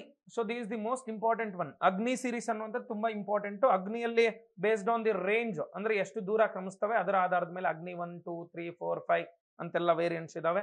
ಆಮೇಲೆ ಈ 1 ಮತ್ತು 2ನ ರಿಪ್ಲೇಸ್ ಮಾಡ್ಕೊಳ್ಳೋದಕ್ಕೋಸ್ಕರ ಅಗ್ನಿ ಪ್ರೈಮ್ ಅಂತ ಕೂಡ ಮಾಡ್ತಾ ಇದೀವಿ, ಅಗ್ನಿ ಪ್ರೈಮ್ ಅಂತ. ಸೊ ಇದು ಬೇಸಿಕಲಿ ಇಲ್ಲಿ ಸ್ಲೈಡ್ ಅಲ್ಲಿ ನೀವು ನೋಡ್ತಾ ಇರ್ಬೋದು. ಸೊ ಈ ಅಗ್ನಿ 5 ಮಿಸೈಲ್ ಅನ್ನುವಂಥದ್ದು ಭಾರತದ ಒಂದು ಡಿಫೆನ್ಸ್ಗೆ ಓಕೆ ಹೆಚ್ಚು ಶಕ್ತಿಯನ್ನ ಒದಗಿಸ್ತಾ ಇರುವಂತ ಒಂದು ಕ್ಷಿಪಣಿ ವ್ಯವಸ್ಥೆ ಆಗಿದೆ. ಯಾಕೆ ಅಂತ ಕೇಳ್ತಾರೆ, ಈ ಮಿಷನ್ ಏನಿದೆ, ಮಿಷನ್ ದಿವ್ಯಾಸ್ತ್ರ ಅನ್ನುವಂಥದ್ದನ್ನ ಸೊ ನಾವು ಭಾರತದಲ್ಲಿ ಕೈಗೊಂಡಿದ್ದೀವಿ. ಏನ್ ಸರ್ ಈ ಮಿಷನ್ ದಿವ್ಯಾಸ್ತ್ರ ಅಂದ್ರೆ, sir the testing of Agni 5 missile system is called as mission Divyastra. Mission Divyastra ಯಾವ್ದಕ್ಕೆ ಸಂಬಂಧಪಟ್ಟಿದೆ ಅಂದ್ರೆ ಅಗ್ನಿ 5 ಅಂತ ಏನಿದೆ ಅಲ್ಲ, ಸೊ ಈ ಕ್ಷಿಪಣಿಗಳ ಪರೀಕ್ಷೆಯನ್ನ ನಾವು ಮಿಷನ್ ದಿವ್ಯಾಸ್ತ್ರ ಅಂತೇಳಿ ಸೊ ಕರಿತೀವಿ. ತುಂಬಾ ಯೂನಿಕ್ ಅಪ್ಪ ಈ ಒಂದು ಕ್ಷಿಪಣಿ ಮಾತ್ರ. ಯಾಕೆ ಅಂತ ಕೇಳಿದ್ರೆ, first stage solid, second stage solid, third stage semi cryogenic ಇದೆ. ಸೆಮಿ ಕ್ರಯೋಜೆನಿಕ್ ಇಂಜಿನ್ ಅನ್ನ ಸೊ ಒಳಗೊಂಡಿದೆ. ಸೆಮಿ ಕ್ರಯೋಜೆನಿಕ್ ಇಂಜಿನ್ ಅಂತ ಬಂದಿದ ತಕ್ಷಣ ಸೊ ಇದರಲ್ಲಿ ಏನಿರುತ್ತೆ ಅಂತ ನೋಡೋದಾದ್ರೆ, ಸರ್ ರಿಫೈನ್ಡ್ ಕೆರೋಸಿನ್ ಅಥವಾ ವೈಟ್ ಕೆರೋಸಿನ್ ಅಂತ ಕರಿತೀವಿ. ರಿಫೈನ್ಡ್ ಕೆರೋಸಿನ್ ಫ್ಯೂಯಲ್ ಪ್ಲಸ್ ಆಕ್ಸಿಡೈಸರ್ಗೆ ಲಾಕ್ಸ್ ಅನ್ನ ಹೊಂದಿರ್ತಾರೆ, liquid oxygen. So these what the semi cryogenic okay propulsion system ಅಂತೇಳಿ ಸೊ ಹೇಳ್ತೀವಿ. So first stage solid, second stage solid, third stage semi cryogenic ಯಾವ್ದ್ರಲ್ಲಿ, ಅಗ್ನಿ 5 ಅಲ್ಲಿ. ಇನ್ನ ಈ ಅಗ್ನಿ 3, 4, 5, 1, 2, 3 ಎಲ್ಲ ಇದಾವೆ. ಈ ಅಗ್ನಿ 4 ಏನಿದೆ, ಅಗ್ನಿ 4 ಇದೆಲ್ಲ, ಸೊ ಇದರ ಒಂದು ಮೇಜರ್ ಇಂಜಿನಿಯರ್ ಆಗಿ, ಟೆಕ್ನಿಕಲ್ ಇಂಜಿನಿಯರ್ ಆಗಿ ಕೆಲಸ ಮಾಡಿದವರು ಯಾರು ಅಂತ ಕೇಳಿದ್ರೆ ಟೆಸ್ಸಿ ಥಾಮಸ್ ಅವರು. ಟೆಸ್ಸಿ ಥಾಮಸ್ ಕೇಳಿರ್ತೀರಾ ಹೆಸರು. ಅದಕ್ಕೆ ಈ ಟೆಸ್ಸಿ ಥಾಮಸ್ ಅವ್ರನ್ನ ಏನಂತ ಕರಿತೀವಿ ಗೊತ್ತಾ, ಸೊ ಭಾರತದ ಕ್ಷಿಪಣಿ ಮಹಿಳೆ ಅಂತೇಳಿ ಕರಿತೀವಿ. So missile women of India ಅಂತ ಕರಿತೀವಿ. ಯಾರನ್ನ, ಟೆಸ್ಸಿ ಥಾಮಸ್ ಅನ್ನು. ಅಂಡ್ ಅಬ್ದುಲ್ ಕಲಾಂ ರವರ ನೇತೃತ್ವದಲ್ಲಿ ಇದೆಲ್ಲ ನಡೆದಿದ್ದು. ಅದಕ್ಕೋಸ್ಕರ ಅಬ್ದುಲ್ ಕಲಾಂ ಅವ್ರನ್ನ ಮಿಸೈಲ್ ಮ್ಯಾನ್ ಆಫ್ ಇಂಡಿಯಾ ಅಂತ ಕರಿತೀವಿ, ಭಾರತದ ಕ್ಷಿಪಣಿ ಮಾನವ ಅಂತೇಳಿ ಸೊ ಕರಿತೀವಿ. ಟೆಸ್ಸಿ ಥಾಮಸ್ ಅವ್ರನ್ನ ಭಾರತದ ಕ್ಷಿಪಣಿ ಮಹಿಳೆ, so missile women of India ಅಂತ ಕರಿತೀವಿ. ಇನ್ನ ಈ ಅಗ್ನಿ 5 ಮಿಷನ್ ದಿವ್ಯಾಸ್ತ್ರಕ್ಕೆ ಆಯ್ತಾ ಟೆಕ್ನಿಕಲ್ ಇಂಜಿನಿಯರ್ ಆಗಿ ಕೆಲಸ ಮಾಡದಂತ ಒಬ್ಬ ಮಹಿಳೆ ಹೆಸರೇನು ಅಂತ ಕೇಳ್ತಾರೆ. ಸೊ ಶೀಲಾ ದೇವಿ ಅಂತ. ಶೀಲಾ ದೇವಿ ತುಂಬಾ ತುಂಬಾ ಇಂಪಾರ್ಟೆಂಟ್. ಇವರೇ ಈ ಒಂದು ಮಿಷನ್ ದಿವ್ಯಾಸ್ತ್ರ ಪ್ರಾಜೆಕ್ಟ್ ಅನ್ನ ಡೈರೆಕ್ಟರ್ ಆಗಿರ್ತಾರೆ. Sheela Devi is the project director of the Agni 5 testing R ಅಗ್ನಿ 5 ಮಿಸೈಲ್. ಸೊ ಈ ಒಂದು ಬೇಸಿಕ್ ಇನ್ಫಾರ್ಮೇಶನ್ ನಿಮ್ಗೆ ಗೊತ್ತಿರಬೇಕು. ಇನ್ನು ಇದರಲ್ಲಿ ಏನಿದೆ ಅಂದ್ರೆ ನ್ಯೂಕ್ಲಿಯರ್ ಕೇಪಬಲ್ ಮಿಸೈಲ್. ಇದು ನ್ಯೂಕ್ಲಿಯರ್ ಕೇಪಬಲ್, ಆಮೇಲೆ ಖಂಡದಿಂದ ಖಂಡವನ್ನ ಕ್ರಮಿಸುವ ಸಾಮರ್ಥ್ಯವನ್ನು ಹೊಂದಿರುವಂತ ಒಂದು ಕ್ಷಿಪಣಿ ಆಗಿರುತ್ತೆ. So this will be the first inter continental missile of India, ಅಂದ್ರೆ ಭಾರತದ ಮೊದಲ ಖಂಡಾಂತರ ಕ್ಷಿಪಣಿ ಅಂತ ಕರಿತೀವಿ. ನೋಡಿ ಇದರ ಕವರಿಂಗ್ ನೋಡ್ಬೋದು ನೀವು, ಎಲ್ಲಿಂದ ಎಲ್ಲಿಗೆ ಎಷ್ಟು ವ್ಯಾಪ್ತಿಯನ್ನು ಕವರ್ ಮಾಡ್ಕೊಳ್ಳುತ್ತೆ ಅಂತ. ಸೊ ಇದನ್ನ ಇತ್ತೀಚೆಗೆ ನಾವು ಪರೀಕ್ಷೆಯನ್ನು ಕೂಡ ಮಾಡಿದ್ದೀವಿ. ಸೊ ಇತ್ತೀಚೆಗೆ ಅಂದ್ರೆ 2024 2023 ಅಲ್ಲೂ ಕೂಡ ಟೆಸ್ಟ್ ಮಾಡಿದ್ದೀವಿ. 2016 ಅಲ್ಲೂ ಕೂಡ ಟೆಸ್ಟ್ ಮಾಡಿದ್ವಿ ಫಸ್ಟ್ ಟೆಸ್ಟ್, ಆಮೇಲೆ ಇವಾಗ್ಲೂ ಕೂಡ ಮಾಡಿದ್ವಿ. ಯೂಶುವಲಿ ಎಲ್ಲ ಮಿಸೈಲ್ಸ್ ಎಲ್ಲಿಂದ ಟೆಸ್ಟ್ ಮಾಡ್ತೀವಿ ಅಂದ್ರೆ ಸರ್ ಅಬ್ದುಲ್ ಕಲಾಂ ಐಲ್ಯಾಂಡ್ ಅಥವಾ ವೀಲರ್ ಐಲ್ಯಾಂಡ್ ಅಂತ ಕರಿತೀವಿ, ಒಡಿಶಾದಲ್ಲಿ ಚಂಡೀಪುರ ಅಂತ ಬರುತ್ತೆ. ಸೊ ಅಲ್ಲಿಂದ ಎಲ್ಲಾ ಕ್ಷಿಪಣಿಗಳನ್ನ ನಾವು ಪರೀಕ್ಷೆಯನ್ನ ಮಾಡ್ತೀವಿ ಸರ್. ಓಕೆ, ಎಲ್ಲ ಮಿಸೈಲ್ಸ್ ಅನ್ನ ನಾವು ಅಲ್ಲಿಂದಾನೆ ಏನ್ ಮಾಡ್ತೀವಿ, ಟೆಸ್ಟ್ ಅನ್ನ ಮಾಡ್ತೀವಿ. ಇನ್ನ ಸರ್ ಯಾಕೆ ಸರ್ ಈ ಒಂದು ಇಂಟರ್ ಕಾಂಟಿನೆಂಟಲ್ ಬ್ಯಾಲಿಸ್ಟಿಕ್ ಮಿಸೈಲ್ಸ್ ಇಷ್ಟು ಇಂಪಾರ್ಟೆಂಟ್ ಅಂತ ಕೇಳಿದ್ರೆ, ಇದು ದೇಶಕ್ಕೆ ಶಕ್ತಿಯನ್ನ ಒದಗಿಸುತ್ತೆ, ಒಂದು ಪವರ್ ಅನ್ನು ಕೊಡುತ್ತೆ ಸರ್ ಒಂದು ಕಂಟ್ರಿಗೆ. ಆಮೇಲೆ ನಮ್ಮ ಅಗ್ನಿ-5ನ ಯೂನಿಕ್ ಫೀಚರ್ ಏನು ಸರ್ ಅಂತ ಕೇಳಿದ್ರೆ, ಒಂದು ಥರ್ಡ್ ಸ್ಟೇಜ್ ಸೆಮಿ ಕ್ರಯೋಜೆನಿಕ್ ಆಗಿರುವಂತದ್ದು, ಇನ್ನೊಂದು ಯೂನಿಕ್ ಫೀಚರ್ ಇದೆ sir. So it is the missile which is using MIRV technology, MIRV technology ಅಂತ ಕರಿತೀವಿ. ಏನು ಸರ್ ಮಿರ್ವ್ ಟೆಕ್ನಾಲಜಿ ಅಂತ ಕೇಳಿದ್ರೆ, multiple independently reentry vehicle, multiple independently reentry vehicle ಅಂತ ಕರಿತೀವಿ, ಮಿರ್ವ್ ಟೆಕ್ನಾಲಜಿ. ಸೊ ಏನಪ್ಪಾ ಅಂತ ಕೇಳಿದ್ರೆ ನೋಡ್ಬೋದು, ಇಲ್ಲಿ ಲಾಂಚ್ ಮಾಡಿ ಬಿಟ್ರೆ ಆಯ್ತಾ, ಅಟ್ ಎ ಟೈಮು ಇಲ್ಲಿಂದ ಎಷ್ಟಾದ್ರೂ ಶತ್ರುಗಳ ಕ್ಷಿಪಣಿಗಳು ಬರ್ತಾ ಇದಾವೆ ಅಂತ ಅನ್ಕೊಳ್ಳಿ, ಒಂದ್ 4 3 ಹೆಂಗೋ. ಸೊ ಎಲ್ಲವನ್ನೂ ರೆಕಾಗ್ನೈಸ್ ಮಾಡಿ ಧ್ವಂಸ ಮಾಡುವಂತ ಸಾಮರ್ಥ್ಯವನ್ನ ಸೊ ಹೊಂದಿರುತ್ತೆ. ಇದು ಮಿರ್ವ್ ಟೆಕ್ನಾಲಜಿಯ ಯೂನಿಕ್ ಫೀಚರ್. ಓಕೆ, ಸೊ ಈ ತರದ ಕ್ಷಿಪಣಿಗಳು ತುಂಬಾ ಪವರ್ಫುಲ್ ಇವು ಸರ್. ಫಸ್ಟ್ ಟೈಮ್ ಈ ಮಿರ್ವ್ ಟೆಕ್ನಾಲಜಿಯನ್ನ ಇಂಟ್ರೊಡ್ಯೂಸ್ ಮಾಡಿದವರು ಯಾರು ಅಂತ ಕೇಳಿದ್ರೆ USA, ಅಮೆರಿಕ. ಸೊ ಅಮೆರಿಕಾದ ಈ ಒಂದು ಮಿರ್ವ್ ಟೆಕ್ನಾಲಜಿ ಯುಕ್ತ so inter continental ballistic missile ಯಾವುದು ಅಂತ ಕೇಳಿದ್ರೆ ದಟ್ ಈಸ್ ಮಿನಿಟ್ ಮ್ಯಾನ್ 3 ಅಂತ. ಯಾವುದು? Minute man 3. ಇವಾಗ ಯುದ್ಧಗಳು ನಡೀತಾ ಇರೋದ್ರಿಂದ ಇವೆಲ್ಲ ತುಂಬಾ ಇಂಪಾರ್ಟೆಂಟ್ ಅಪ್ಪ. Minute man 3. ಸೊ ಅಮೆರಿಕಾದ ICBM, intercontinental ballistic missile. So ICBM ಅಂತೇಳಿ ನಾವು ಶಾರ್ಟ್ ಫಾರ್ಮ್ ಅಲ್ಲಿ ಕರಿತೀವಿ.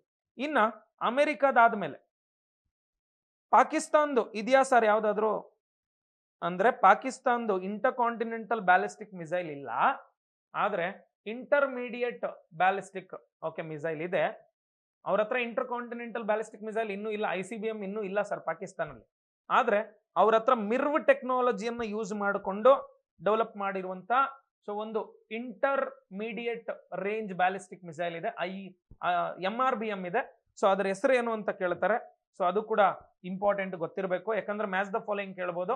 ಅಬಾಬೆಲ್ ಮಿಸೈಲ್ ಅಂತ, ಅಬಾಬೆಲ್ ಕ್ಷಿಪಣಿ ಅಂತೇಳಿ ಸೊ ಕರಿತೀವಿ. It belongs to Pakistan. ಇದು MRBM, ಇದು ICBM. ಯಾರ್ದು? USAದು ICBM, intercontinental ballistic missile. ಇನ್ನ ಇತ್ತೀಚೆಗೆ ಕರೆಂಟ್ ಅಫೇರ್ಸ್ ಅಲ್ಲಿ ತುಂಬಾ ಸದ್ದು ಮಾಡ್ತಾ ಇರುವಂತದ್ದು ನಾರ್ತ್ ಕೊರಿಯಾ. ಈ ನಾರ್ತ್ ಕೊರಿಯಾದ ಕಿಮ್ ಜಾಂಗ್ ಉನ್ ಏನಿದ್ದಾರೆ, ಸೊ ಇವರು ಅನೌನ್ಸ್ ಮಾಡ್ಕೊಂಡಿದ್ದಾರೆ ಸರ್, ಜಗತ್ತಿನ ಲಾಂಗ್ ರೇಂಜ್ ಮಿಸೈಲ್ ಅಥವಾ ಇಂಟರ್ ಕಾಂಟಿನೆಂಟಲ್ ಮಿಸೈಲ್ಸ್ ಅಲ್ಲೇ ಇನ್ನೂ ದೂರ ಕ್ರಮಿಸುವಂತ ಒಂದು ಕ್ಷಿಪಣಿ ಜಗತ್ತಿನಲ್ಲಿ ಯಾರ ಹತ್ರ ಆದ್ರೂ ಇದೆಯಾ ಅಂದ್ರೆ ಅದು ನನ್ನ ಹತ್ರನೇ. ಸೊ ನಾನು ಇತ್ತೀಚೆಗೆ ಪರೀಕ್ಷೆಯನ್ನ ಮಾಡ್ಕೊಂಡಿದ್ದೀನಿ. ಸೊ ಹಂಗಾಗಿ ಡೈರೆಕ್ಟ್ ವಾರ್ನಿಂಗ್ ಕೊಡ್ತೀನಿ ಯಾರಿಗೆ, ಅಮೆರಿಕಾಗೆ. ಸೊ ಎಚ್ಚರಿಕೆಯಿಂದ ಇರಿ, ಯಾವಾಗ್ಲೂ ಕೂಡ ನನ್ನ ಟೇಬಲ್ ಮೇಲೆ ಇರುತ್ತೆ ಈ ಮಿಸೈಲ್ ನ ಬಟನ್ನು. ಸೊ ನಾನು ಆ ಬಟನ್ ನ ಪ್ರೆಸ್ ಮಾಡಿದೀನಿ ಅಂದ್ರೆ ಅಮೆರಿಕಾನ ಧ್ವಂಸ ಮಾಡ್ತೀನಿ ಅಂತೇಳಿ ಸೊ ಎದುರಿಸ್ತಾ ಇರ್ತಾರೆ. ಸೊ ಈ ಒಂದು ಮಿಸೈಲ್ ಬಗ್ಗೆ ನಿಮ್ಗೆ ಗೊತ್ತಿರಬೇಕು, ವೆರಿ ವೆರಿ ಇಂಪಾರ್ಟೆಂಟ್. ಇತ್ತೀಚೆಗೆ ಪರೀಕ್ಷೆಯನ್ನು ಮಾಡ್ಕೊಂಡಿದ್ದಾರೆ. ಸೊ ಇದ್ರ ಹೆಸರು ವ್ಯಾಸೊಂಗ್ 18 ಅಂತ, HWASONG, ವ್ಯಾಸೊಂಗ್ 18 ಅಂತ ಕರಿತೀವಿ. ಸೊ ಈ ಒಂದು ವ್ಯಾಸಂಗ್ 18 ಅನ್ನುವಂತ ಒಂದು ಕ್ಷಿಪಣಿಯನ್ನ ಸೊ ಅಕ್ಟೋಬರ್ 2024 ಅಲ್ಲಿ ಜಸ್ಟ್ 2 months ಬ್ಯಾಕ್ ಇದನ್ನ ಟೆಸ್ಟ್ ಮಾಡ್ತಾರೆ. So this the world's strongest ICBM ಅಂತೇಳಿ ಇದರ ಹೆಸರು. ಆಸೊಂಗ್ ನ ಒಂದು ಮೀನಿಂಗ್ ಏನು ಅಂತ ಕೇಳಿದ್ರೆ ವರ್ಲ್ಡ್ಸ್ ಸ್ಟ್ರಾಂಗೆಸ್ಟ್ ICBM ಅಂತ ಇದರ ಒಂದು ಅರ್ಥ. ಬಟ್ ಇದರಲ್ಲೂ ಹ್ಯಾಸೊಂಗ್ 18 ಅಲ್ಲೂ ಕೂಡ MIRV ಅಂದ್ರೆ ಮಿರ್ವ್ ಟೆಕ್ನಾಲಜಿಯನ್ನ ಯೂಸ್ ಮಾಡಿದ್ದಾರೆ ಅವರು ಕೂಡ. ಅಂಡ್ ಇವ್ರು ಕ್ಲೈಮ್ ಮಾಡ್ತಾ ಇರೋದೇನು ಅಂದ್ರೆ ವರ್ಲ್ಡ್ ಅಲ್ಲೇ ಲಾಂಗ್ ರೇಂಜ್ ಮಿಸೈಲ್ ನಮ್ದೇ ಅಂತ. ಓಕೆ, ಇದ್ರೆ ಇಟ್ಕೊಳ್ಳಿ ಬಿಡಿ, ಏನ್ ಮಾಡಕ್ಕಾಗಲ್ಲ, ಬಟ್ ಇದು ನಮ್ಗೆ ಗೊತ್ತಿರ್ಬೇಕಾಗಿರುತ್ತೆ. ಇನ್ನು ನಾರ್ತ್ ಕೊರಿಯಾ ಇನ್ನೊಂದು ವಿಚಾರಕ್ಕೆ ನ್ಯೂಸ್ ಅಲ್ಲಿದೆ ಸರ್. ಇತ್ತೀಚೆಗೆ ಈ ಒಂದು ಸೆಲ್ಫ್ ಸೂಸೈಡ್ ಡ್ರೋನ್ ಅನ್ನ ಯಶಸ್ವಿಯಾಗಿ ಪರೀಕ್ಷೆಯನ್ನು ಮಾಡಿದ್ದಾರೆ, ಟೆಸ್ಟ್ ಮಾಡಿದ್ದಾರೆ, ಅಥವಾ ಸೂಸೈಡ್ ಅಟ್ಯಾಕ್ ಡ್ರೋನ್ಸ್ ಅಂತ ಕೂಡ ಕರಿತೀವಿ. ಈ ಒಂದು ಸೂಸೈಡ್ ಅಟ್ಯಾಕ್ ಡ್ರೋನ್ ಅನ್ನ ಸೊ ಅವ್ರದೇ ಓನ್ ಕಿಮ್ ಜಾಂಗ್ ಉನ್ ಇದಾರಲ್ಲ ನಾರ್ತ್ ಕೊರಿಯಾದ ಪ್ರೆಸಿಡೆಂಟ್, ಅವ್ರದೇ ಓನ್ BMW ಕಾರ್ ಅನ್ನು ಡಿಸ್ಟ್ರಾಯ್ ಮಾಡೋದಕ್ಕೆ ಯೂಸ್ ಮಾಡಿದ್ದಾರೆ. ಸೊ ಇದರಿಂದ ಕೂಡ ಒಂದು ವಾರ್ನಿಂಗ್ ಅನ್ನ ಕೊಡ್ತಾ ಇದ್ದಾರೆ ಇವರು. ಸೊ ಯಾರಾದ್ರೂ ನನ್ನ ಹತ್ರ ಇಟ್ಕೊಂಡ್ರೆ, ನನ್ನ ದೇಶದ ಹತ್ರ ಇಟ್ಕೊಂಡ್ರೆ, ನೀವು ಕಾರಲ್ಲಿ ಕೂತಿರ್ಬೇಕಾದ್ರೆ ನಿಮ್ಮನ್ನ ಎಚ್ಬಿಡ್ತೀನಿ, ಅಂದ್ರೆ ನನ್ನ ಒಂದು ಮಿಸೈಲ್, ನನ್ನ ಡ್ರೋನ್ ಲಾಂಚ್ ಮಾಡ್ತೀನಿ.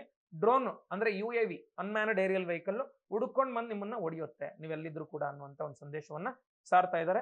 ಸೊ ಇವರು ಈ ಒಂದು ಪ್ರೋಗ್ರಾಮ್ಗೆ ಮಾಸ್ ಪ್ರೊಡಕ್ಷನ್ ಅಂತ ಹೇಳಿ ಸೊ ಕರೀತಾರೆ. ಯಾರು? ಡ್ರೋನ್ ಇದು ಡ್ರೋನ್ ಅಥವಾ ಯು ಎ ವಿ ಅಂತ ಕರಿತೀವಿ. ಯು ಎ ವಿ ಅಂದ್ರೆ unmanned aerial vehicles. Sir what is the difference? Say drones ಅನ್ನು ನಾವು ಯು ಎ ವಿಸ್ ಅಂತ ಕರಿಬಹುದು. ಡ್ರೋನ್ಸ್ ಅನ್ನ ಯು ಎ ವಿಸ್ ಅಂತ ಕರಿಬಹುದು. Sir what is U A V? Unmanned aerial vehicle ಅಂದ್ರೆ ಏನು? Sir no pilot on board. Okay, they will be operated by using remotes. They are remotely operated by humans. ಅಂದ್ರೆ ಮಾನವನಿಂದ remote ನ ಮುಖಾಂತರ so ಇವು ಚಾಲಿತಗೊಳ್ಳುವಂತ ಒಂದು ವಿಮಾನಗಳನ್ನ, ಏರಿಯಲ್ ವೆಹಿಕಲ್ಸ್ ಇವು. ಸೊ ಇಂಥ ವಿಮಾನಗಳನ್ನ ನಾವು ಯು ಎ ವಿಗಳು, ಅನ್ಮ್ಯಾನ್ಡ್ ಏರಿಯಲ್ ವೆಹಿಕಲ್ಸ್ ಅಂತ ಕರಿತೀವಿ ಅಥವಾ ಡ್ರೋನ್ಸ್ ಅಂತ ಕರಿತೀವಿ. ಸರಿನಾ? ಸೊ ಇವುಗಳ ಒಂದು ಕಾಸ್ಟ್ ಎಫಿಷಿಯನ್ಸಿ ತುಂಬಾ ಚೀಪ್ ಪ್ರೈಸ್ ಅಲ್ಲಿ ಇವುಗಳನ್ನ ತಯಾರು ಮಾಡಬಹುದು, ಕಡಿಮೆ ಪ್ರೈಸ್ ಅಲ್ಲಿ. ಆಮೇಲೆ ಸೊ ಹೆಚ್ಚು ಎಂಡ್ಯೂರೆನ್ಸ್ ಅನ್ನು ಕೂಡ ಕೊಟ್ಟಿರ್ತಾರೆ ಇವುಗಳಿಗೆ. ಎಂಡ್ಯೂರೆನ್ಸ್ ಅಥವಾ ಫ್ಲೈಟ್ ಕೆಪಾಸಿಟಿಯನ್ನು ಕೂಡ ಕೊಟ್ಟಿರ್ತಾರೆ. ಕನ್ಫ್ಯೂಸ್ ಮಾಡ್ತವೆ ಶತ್ರುಗಳ ಇವುಗಳನ್ನ. ಸೊ ಅಂತ ವೆಹಿಕಲ್ಸ್, ಹಂಗಾಗಿ ಇವುಗಳನ್ನ ಈಸಿಯಾಗಿ ತಯಾರು ಮಾಡ್ಕೊಂಡು ಈಸಿಯಾಗಿ ಇವುಗಳನ್ನ ಸೊ ಎಲ್ಲದರಲ್ಲೂ ಬಳಸ್ಕೊಬಹುದು.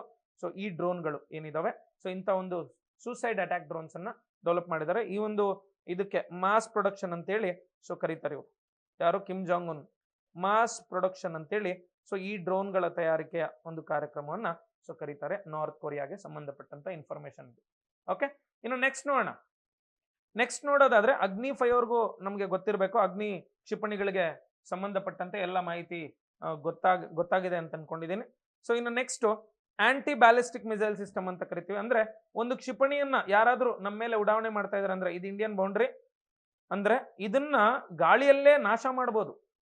ಆಯ್ತಾ? ಈ ಕಡೆಯಿಂದ ನಾವೊಂದು ಕ್ಷಿಪಣಿಯನ್ನ ಲಾಂಚ್ ಮಾಡಿ, ಸರಿನಾ? ಇಂಥವುಗಳನ್ನ ಇಂಟರ್ಸೆಪ್ಟಿಂಗ್ ಮಿಸೈಲ್ಸ್ ಅಂತ ಕರಿತೀವಿ ಅಥವಾ so anti ballistic missile system ಅಂತ ಕೂಡ ಕರಿತೀವಿ. ಅಂದ್ರೆ ಸೊ ಪ್ರತಿಬಂಧಕ ಕ್ಷಿಪಣಿ ವ್ಯವಸ್ಥೆಗಳು ಅಂತ ಕರಿತೀವಿ. ಇದರಲ್ಲಿ ಪ್ರಮುಖವಾಗಿ ನಮ್ಗಿರುವಂತವು, ನಮ್ಮ ಇಂಡಿಯಾದಲ್ಲಿ ಪ್ರಹಾರ್ ಅಂತ ಇದೆ, ಪೃಥ್ವಿ 1, 2, ಧನುಷ್ ಇದೆ, ಪ್ಯಾಡ್ ಇದೆ, PDV ಅಂತ ಇದೆ. ಇದರಲ್ಲಿ ಎಲ್ಲದರಲ್ಲೂ ಕೂಡ ನಾವು ತಿಳ್ಕೊಬೇಕಾಗಿರುವಂತದ್ದು ಸೊ ಒಂದು ಪ್ಯಾಡ್ ಅಂತ, ಇನ್ನೊಂದು ಆಡ್ ಅಂತ. ಸೊ ಇವೆರಡನ್ನೂ ಕೂಡ ನಮ್ಮ ಇಂಡಿಯಾ 2007 ಅಲ್ಲಿ ಟೆಸ್ಟ್ ಮಾಡುತ್ತೆ. ಏನಪ್ಪಾ ಅಂದ್ರೆ ಇವೆರಡು ಪ್ರತಿಬಂಧಕ ವ್ಯವಸ್ಥೆಗಳು. ಸೊ ಇದನ್ನ AAD advanced air defence system ಅಂತ ಕರಿತೀವಿ. ಅಡ್ವಾನ್ಸ್ಡ್ ಏರ್ ಡಿಫೆನ್ಸ್ ಸಿಸ್ಟಮ್, ಸರಿನಾ? ಇದನ್ನ ಪೃಥ್ವಿ ಏರ್ ಡಿಫೆನ್ಸ್ ಸಿಸ್ಟಮ್. ಪೃಥ್ವಿ ಅಂದ್ರೆ ಪೃಥ್ವಿ ಕ್ಷಿಪಣಿಯನ್ನ ಬಳಸ್ತಾರೆ ಇದರಲ್ಲಿ. ಪೃಥ್ವಿ ಏರ್ ಡಿಫೆನ್ಸ್ ಸಿಸ್ಟಮ್ ಆರ್ ಇನ್ನೊಂದು ಹೆಸರಿದೆ ಇದಕ್ಕೆ, ಪ್ರದ್ಯುಮ್ನ ಏರ್ ಡಿಫೆನ್ಸ್ ಸಿಸ್ಟಮ್ ಅಂತ. ಸರ್ ಇವೇನು ಅಂದ್ರೆ ಇಂಟರ್ಸೆಪ್ಟಿಂಗ್ ಮಿಸೈಲ್ ಸಿಸ್ಟಮ್ಸ್. ಆದ್ರೆ ಇವುಗಳನ್ನ ಟೆಸ್ಟ್ ಮಾಡಿ ಇಟ್ಕೊಂಡಿದೀವಿ. ಇವೆಷ್ಟು ಪವರ್ಫುಲ್ ಅಂದ್ರೆ ಸುಮ್ಮನೆ ಹೆಸರಿಗೆ ನಾವು ಹೇಳ್ಕೊಂಡಿದೀವಿ. ಸೊ ಇವುಗಳ ರೇಂಜ್ ಆಗಿರ್ಬೋದು, ಪವರ್ ಆಗಿರ್ಬೋದು ತುಂಬಾ ಜಾಸ್ತಿ ಇದೆ. ಆದ್ರೆ ಇವುಗಳನ್ನ ನಾವೆಲ್ಲೂ ಕೂಡ ಯೂಸ್ ಮಾಡ್ತಾ ಇಲ್ಲ. ಎಲ್ಲಾದ್ರೂ ಮಾಡಿದೀವಿ ಅಂದ್ರೆ ಮಾಡಿಲ್ಲ. ನಮ್ಮ ಮೇಲೆ ನಮ್ಗೆ ನಂಬಿಕೆ ಇಲ್ಲದೆ ನಾವೇನ್ ಮಾಡಿದೀವಿ ಅಂದ್ರೆ ಬೇರೆ ದೇಶಗಳಿಂದ ತರಿಸ್ಕೊಂಡಿದೀವಿ. ಸೊ ಅದರಲ್ಲಿ ಇತ್ತೀಚೆಗೆ ನ್ಯೂಸ್ ಅಲ್ಲಿ ಇತ್ತು, ನೀವು ನೋಡಿರ್ಬೋದು, ರಷ್ಯಾ ಮೇಲೆ ಈ ಒಂದು Iran at A time 200 missiles ಅನ್ನ, 200 ಕ್ಷಿಪಣಿಗಳನ್ನು ಉಡಾವಣೆ ಮಾಡುತ್ತೆ. 200 ಕ್ಷಿಪಣಿಗಳಲ್ಲಿ ಆಲ್ಮೋಸ್ಟ್ 99% ಮಿಸೈಲ್ಸ್ ಅನ್ನ ಸೊ ಅದು ಪ್ರತಿಬಂಧಕ ಮಾಡ್ತು ಅವರ ಕ್ಷಿಪಣಿ ವ್ಯವಸ್ಥೆ. ಯಾವುದು? ಇಸ್ರೇಲ್ನ ಕ್ಷಿಪಣಿ ವ್ಯವಸ್ಥೆ. ಆಂಟಿ ಬ್ಯಾಲಿಸ್ಟಿಕ್ ಮಿಸೈಲ್ ಸಿಸ್ಟಮ್ ಇತ್ತಲ್ಲ, ಯಾರ್ದು? ಇಸ್ರೇಲ್ದು. ಅದು 99% ಕ್ಷಿಪಣಿಗಳನ್ನ ಗಾಳಿಯಲ್ಲೇ ಧ್ವಂಸ ಮಾಡಿಬಿಡುತ್ತೆ. ಹೆಂಗಾಯ್ತು ಸರ್ ಇದು ಅಂತ ಕೇಳಿದ್ರೆ, ಸೊ ಅವ್ರದ್ದು ಅಷ್ಟು ಪವರ್ಫುಲ್ ಇಂಟರ್ಸೆಪ್ಟಿಂಗ್ ಮಿಸೈಲ್ ಸಿಸ್ಟಮ್ ಇದೆ. ಸೊ ಅದ್ರ ಹೆಸರು ಐರನ್ ಡೋಮ್ ಅಂತ. ಐರನ್ ಡೋಮ್ ಅಂತ ನೋಡಿ, ಇಲ್ಲಿ ಐರನ್ ಡೋಮ್ ಅಂತ ಇದೆ, ತೋರಿಸ್ತೀನಿ ಇಲ್ಲಿ.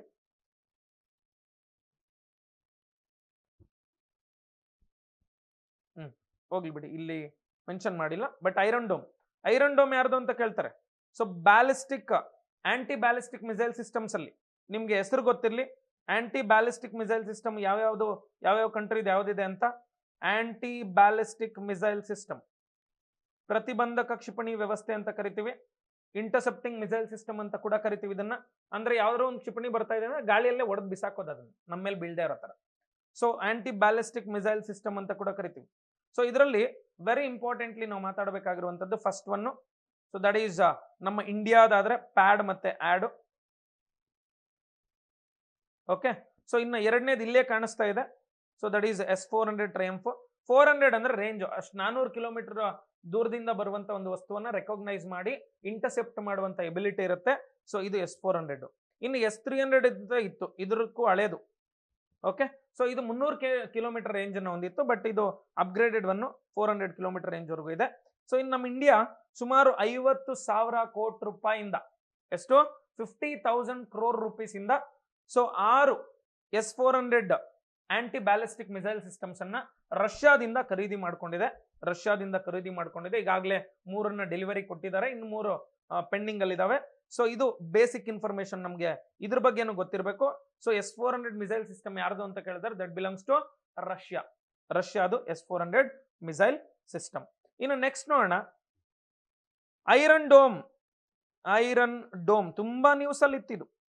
ಇತ್ತೀಚೆಗೆ ಇಸ್ರೇಲ್ ಮೇಲೆ ಅಟ್ಯಾಕ್ ಆದಾಗ ತುಂಬಾ ನ್ಯೂಸ್ ಅಲ್ಲಿ ಇತ್ತು. 99% ಕ್ಷಿಪಣಿಗಳನ್ನ ಹೊಡೆದು ಬಿಸಾಕ್ತು. So iron dome belongs to Israel. ಇನ್ನು ಥರ್ಡ್ ಅಂತ ಬರುತ್ತೆ, third terminal high altitude okay anti defence ಅಂತೇಳಿ ಬರುತ್ತೆ. ಸೊ ಇಲ್ಲಿ ಥರ್ಡ್ ಏನಿದೆ, so third belongs to U S A. ಈ S-400 ಟ್ರಯಂಫ್ ಇದೆ ಅಲ್ಲ, ಸೊ ಇದು ರಷ್ಯಾದು, ನಮ್ಮ ಹತ್ರನೂ ಇದೆ, ಚೈನಾ ಹತ್ರನೂ ಇದೆ. So even we have that and China will be having the S-400 triumph. So ಇದು ಆಂಟಿ ಬ್ಯಾಲಿಸ್ಟಿಕ್ ಮಿಸೈಲ್ ಸಿಸ್ಟಮ್ಗಳ ಬಗ್ಗೆ. ಸೊ ಇನ್ನ ಕರೆಂಟ್ ಅಫೇರ್ಸ್ ಅಲ್ಲಿ ಏನಿತ್ತು ಅಂತ ಕೇಳಿದ್ರೆ, ನಮ್ಮ ಮತ್ತೆ ರಷ್ಯಾದ ಒಂದು deal plus iron dome missile system third, ಇವೆಲ್ಲ ಕೂಡ ಕರೆಂಟ್ ಅಫೇರ್ಸ್ ಅಲ್ಲಿ ಇತ್ತು. ಹಂಗಾಗಿ ಒಂಚೂರು ನೋಡ್ಕೊಬೇಕಾಗುತ್ತೆ. ಆಮೇಲೆ ಈ ಬ್ರಹ್ಮೋಸ್ ಅನ್ನುವಂಥ ಕ್ಷಿಪಣಿ, it's A cruise missile of India. So cruise ಕ್ಷಿಪಣಿ ಅಂದ್ರೆ ಏನು ಅಂತ ಹೇಳಿದೀನಿ, ಹಿಂಗ್ ಹೋಗ್ತವೆ ಇವು. ಸೊ ಸರ್ಫೇಸ್ಗೆ ಪ್ಯಾರಲಲ್ ಆಗಿ ಚಲಿಸ್ತವೆ. So BrahMos is the fastest missile of India. So ಭಾರತದಲ್ಲಿ ಒಂದು ವೇಗವಾಗಿರುವಂತ ಒಂದು ಕ್ಷಿಪಣಿ ಯಾವುದು ಅಂತ ಕೇಳಿದ್ರೆ ದಟ್ ಈಸ್ ಬ್ರಹ್ಮೋಸ್. ನೋಡಿ ಇಲ್ಲಿ ಸ್ಪೀಡ್ 2.8 ಮ್ಯಾಕ್ ಅಂತ ಇದೆ. ಮ್ಯಾಕ್ ಅಂದ್ರೆ ಏನ್ ಸರ್? ಆಕ್ಚುಲಿ ನೋಡಿ, ಸೂಪರ್ ಸಾನಿಕ್ ಅಂತ ಕರಿತೀವಿ, ಸೂಪರ್ ಸಾನಿಕ್ ಕ್ರೂಸ್ ಮಿಸೈಲ್ ಅಂತ ಕರಿತೀವಿ ಬ್ರಹ್ಮೋಸ್ ಅನ್ನ. ಸರ್ ವೆರಿ ಸಿಂಪಲ್, ನಿಮ್ಗೆ ಇದು ಅರ್ಥ ಆಗ್ಬೇಕು ಅಂದ್ರೆ ಇಂಜಿನ್ಗಳ ಬಗ್ಗೆ ಒಂಚೂರು ಮಾಹಿತಿಯನ್ನ ತಿಳ್ಕೊಬೇಕಾಗತ್ತೆ ನಾವು. ಇಂಜಿನ್ಗಳು ಅಂದ್ರೆ ಯಾವುದೇ ಒಂದು ವಾಹನ ಮುಂದೆ ಸಾಗ್ಬೇಕು ಅಂದ್ರೆ ಇಂಜಿನ್ ಬೇಕು ಸರ್. ಇಂಜಿನ್ ಗಟ್ಟಿ ಇರಬೇಕು. ಇಂಜಿನ್ ಸರಿ ಇಲ್ಲ ಅಂದ್ರೆ ಆಯ್ತಾ ಯಾವುದೇ ವೆಹಿಕಲ್ ಹೋಗೋದಿಲ್ಲ ಅಲ್ವಾ. ಸೊ ಯಾವ್ದಾದ್ರು ವೆಹಿಕಲ್ ಒಂದು ಹೋಗ್ಬೇಕು ಮುಂದಕ್ಕೆ ಅಂದ್ರೆ ಇಂಜಿನ್ಗಳೇ ಇಂಪಾರ್ಟೆಂಟ್. ಇಲ್ಲಿ ನೋಡಿ ವೆರಿ ಇಂಪಾರ್ಟೆಂಟ್. ಫಸ್ಟ್ ಒನ್, ನಾನು ಮೊನ್ನೆ ಹೇಳಿದ್ದೀನಿ ನಿಮ್ಗೆ, ರಾಕೆಟ್ ಬಾಹ್ಯಾಕಾಶಕ್ಕೆ ಹೋಗ್ಬೇಕಾದ್ರೆ ಅಲ್ಲಿ ಆಕ್ಸಿಜನ್ ಸಿಗೋದಿಲ್ಲ, ಅದಕ್ಕೆ it needs to carry the oxidiser. ಆದ್ರೆ ಕ್ಷಿಪಣಿಗಳು ಅಟ್ಮಾಸ್ಫಿಯರ್ನ ಒಳಗಡೆನೆ ಇರ್ತವೆ. ಬಟ್ ಇವುಗಳಲ್ಲಿ ಏನು ಅಂದ್ರೆ ಕಂಪ್ರೆಸಿಂಗ್ ಸಿಸ್ಟಮ್ ನಾವು ಚೆನ್ನಾಗಿ ಡೆವಲಪ್ ಮಾಡಿರ್ಬೇಕು, ಇಂಜಿನ್ ವ್ಯವಸ್ಥೆಯನ್ನ ಸರಿಯಾಗಿ ಅಭಿವೃದ್ಧಿ ಮಾಡ್ಕೊಂಡಿರ್ಬೇಕು. ಇದು ವೇಗವನ್ನ ಸ್ಪೀಡ್ ಅನ್ನ ಅಚೀವ್ ಮಾಡ್ಕೊಬೇಕು ಅಂದ್ರೆ ಸೊ ಹೆಚ್ಚು ಆಕ್ಸಿಜನ್ ಒಳಗಡೆ ನುಗ್ಗಬೇಕು. ಸೊ ಎಷ್ಟು ಸ್ಪೀಡ್ ಆಗಿ ಆಕ್ಸಿಜನ್ ನುಗ್ಗುತ್ತೆ ಈ ಒಂದು ಇಂಜಿನ್ ಅಷ್ಟು ಸ್ಪೀಡ್ ಆಗಿ ಮುಂದಕ್ಕೆ ಹೋಗುತ್ತೆ. ಸೊ ಇಲ್ಲಿ ಇವೆಲ್ಲವೂ ಕೂಡ ಬ್ರೀತಿಂಗ್ ಇಂಜಿನ್ಸ್ ಆಗಿರ್ತವೆ. ಸೊ ಇದರಲ್ಲಿ ಫಸ್ಟ್ ಒನ್ ಟರ್ಬೋಜೆಟ್ ಅಂತ ಬರುತ್ತೆ. ಟರ್ಬೋಜೆಟ್, ಈ ಟರ್ಬೋಜೆಟ್ ಅನ್ನುವಂಥದ್ದು ಯೂಶುವಲಿ ಎಷ್ಟು ಕಿಲೋಮೀಟರ್ ಎತ್ತರದಲ್ಲಿ ಹಾರಾಟ ಮಾಡುತ್ತೆ ಅಂದ್ರೆ 15ರಿಂದ 20 ಕಿಲೋಮೀಟರ್ ಆಲ್ಟಿಟ್ಯೂಡ್ ಅಲ್ಲಿ ಹಾರಾಟ ಮಾಡುತ್ತೆ. 15ರಿಂದ 20 ಕಿಲೋಮೀಟರ್ ಅಂದ್ರೆ ಎಲ್ಲ ಫ್ಲೈಟ್ಸ್ ಕನ್ವೆನ್ಷನಲ್ ಫ್ಲೈಟ್ಸ್ ಏನಿದಾವೆ, ವಿಮಾನಗಳು ಎಲ್ಲವೂ ಇದೇ ಹೈಟ್ ಅಲ್ಲಿ ಹಾರಾಟ ಮಾಡೋದು. ಟರ್ಬೋ ಅಂದ್ರೆ ಫ್ಯಾನು, ಆಯ್ತಾ. ಸೊ ಹಿಂಗೆ ನೀವು ನೋಡಿರ್ಬೋದು ಫ್ಲೈಟ್ಗಳಲ್ಲಿ ಈ ಕಡೆ ಆ ಕಡೆ ರೆಕ್ಕೆಗಳ ಕೆಳಗಡೆ ಈ ತರ ಫ್ಯಾನ್ಸ್ ಇರ್ತವೆ. ಏನು ಅಂತ ಕೇಳಿದ್ರೆ ಆಕ್ಸಿಜನ್ ಗಾಳಿ ಹೋಗುತ್ತಲ್ಲ ಒಳಗಡೆ ಏರೋ, ಸೊ ಅದನ್ನ ಜೋರಾಗಿ ಒಳಗಡೆ ತಳ್ಳುವಂತ ಕೆಲಸವನ್ನ ಈ ಟರ್ಬೋ ಫ್ಯಾನ್ಸ್ ಮಾಡ್ತಾ ಇರ್ತವೆ.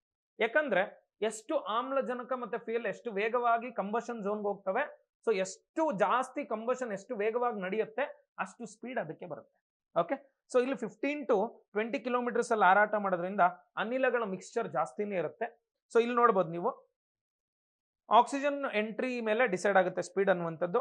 ಇಲ್ಲಿ ಮ್ಯಾಕ್ ಅಂದ್ರೆ ಏನು ಅಂತ ತಿಳ್ಕೊಂಡ್ಬಿಡೋಣ. ಮ್ಯಾಕ್ ನಂಬರ್ ಅಂತ ಕರಿತೀವಿ. ಮ್ಯಾಕ್ ನಂಬರ್ ಅಂದ್ರೆ so very very important, the speed of this sound, ಶಬ್ದದ ವೇಗವನ್ನು ಅಳೆಯೋದಕ್ಕೆ ಬಳಸುವಂತ ಸೊ ಒಂದು ಮಾನ ಯಾವುದು ಅಂದ್ರೆ ಮ್ಯಾಕ್ ನಂಬರ್, ಮ್ಯಾಕ್ ಅಂತ ಕರಿತೀವಿ, MACH. Okay, so speed of the sound will be measured by using mach number.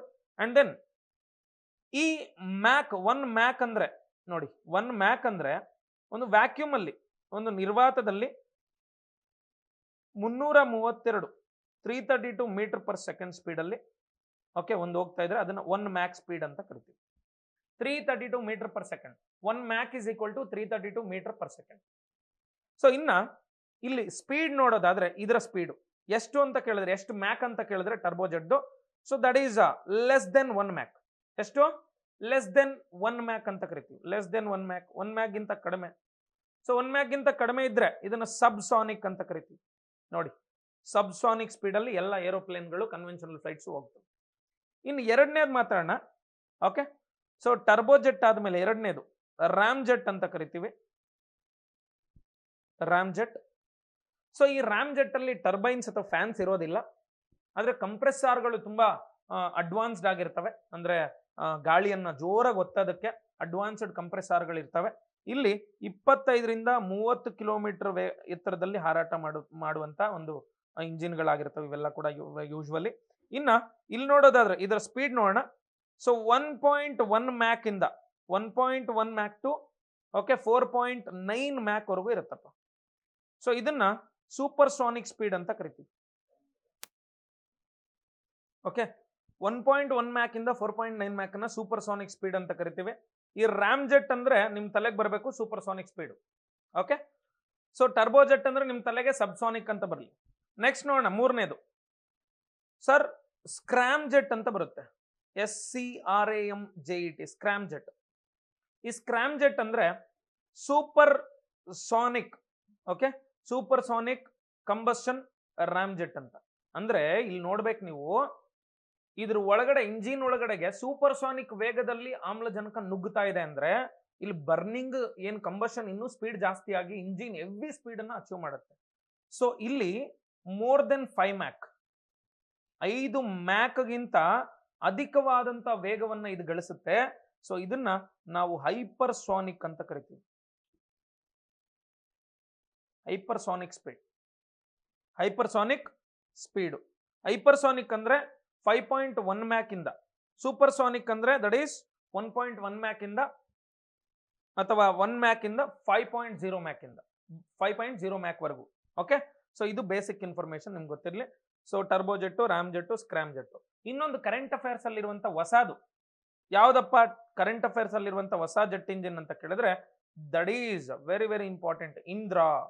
Indra micro turbo jet ಅಂತ ಕರಿತೀವಿ. Indra micro turbo jet. Indra ಅಂದ್ರೆ ಮೂವಿ ನೇಮ್ ಅಲ್ಲ, Indra micro turbo jet. So Indra ಅಂದ್ರೆ ಇಂಡಿಯಾ, IND ಅಂದ್ರೆ ಇಂಡಿಯಾ, ಅಂಡ್ ರಘುವಂಶಿ ಅಂತ. Raghuvanshi machine and tools ಅಂತ ಇದೆಯಪ್ಪ ಹೈದರಾಬಾದ್ ಅಲ್ಲಿ. ಈ ರಘುವಂಶಿ ಮಿಷಿನ್ ಅಂಡ್ ಟೂಲ್ಸ್ ಅವರು ಸೊ ಇಂಡಿಯನ್ ಗವರ್ಮೆಂಟ್ ಜೊತೆ ಕೊಲಾಬ್ರೇಟ್ ಮಾಡಿಕೊಂಡು ಸೊ ಒಂದು ಇಂಜಿನ್ ಅನ್ನ ಡೆವಲಪ್ ಮಾಡಿದ್ದಾರೆ. ಸೊ ಇದರ ಹೆಸರು micro turbo jet engine. Micro turbo jet engine. So ಇದು ಕರೆಂಟ್ ಅಫೇರ್ಸ್ ಅಲ್ಲಿರುವಂತದ್ದು. ಇದನ್ನ ಎಲ್ಲ ಸಾರ್ ಬಳಸ್ತೀವಿ ಅಂತ ಕೇಳಿದ್ರೆ UAVಗಳಲ್ಲಿ ಅಥವಾ ಡ್ರೋನ್ಗಳಲ್ಲಿ ಬಳಸ್ತೀವಿ ಈ ಇಂಜಿನ್. ಸೊ ಇದರ ಸ್ಪೀಡ್ ಎಷ್ಟು ಅಂತ ಕೇಳಿದ್ರೆ 0.9 ಮ್ಯಾಕ್ ಅಂದ್ರೆ ಸಬ್ ಸಾನಿಕ್. ಇದು ಬೇಸಿಕ್ ಇನ್ಫಾರ್ಮೇಶನ್ ನಿಮ್ಗೆ ಗೊತ್ತಿರಬೇಕು.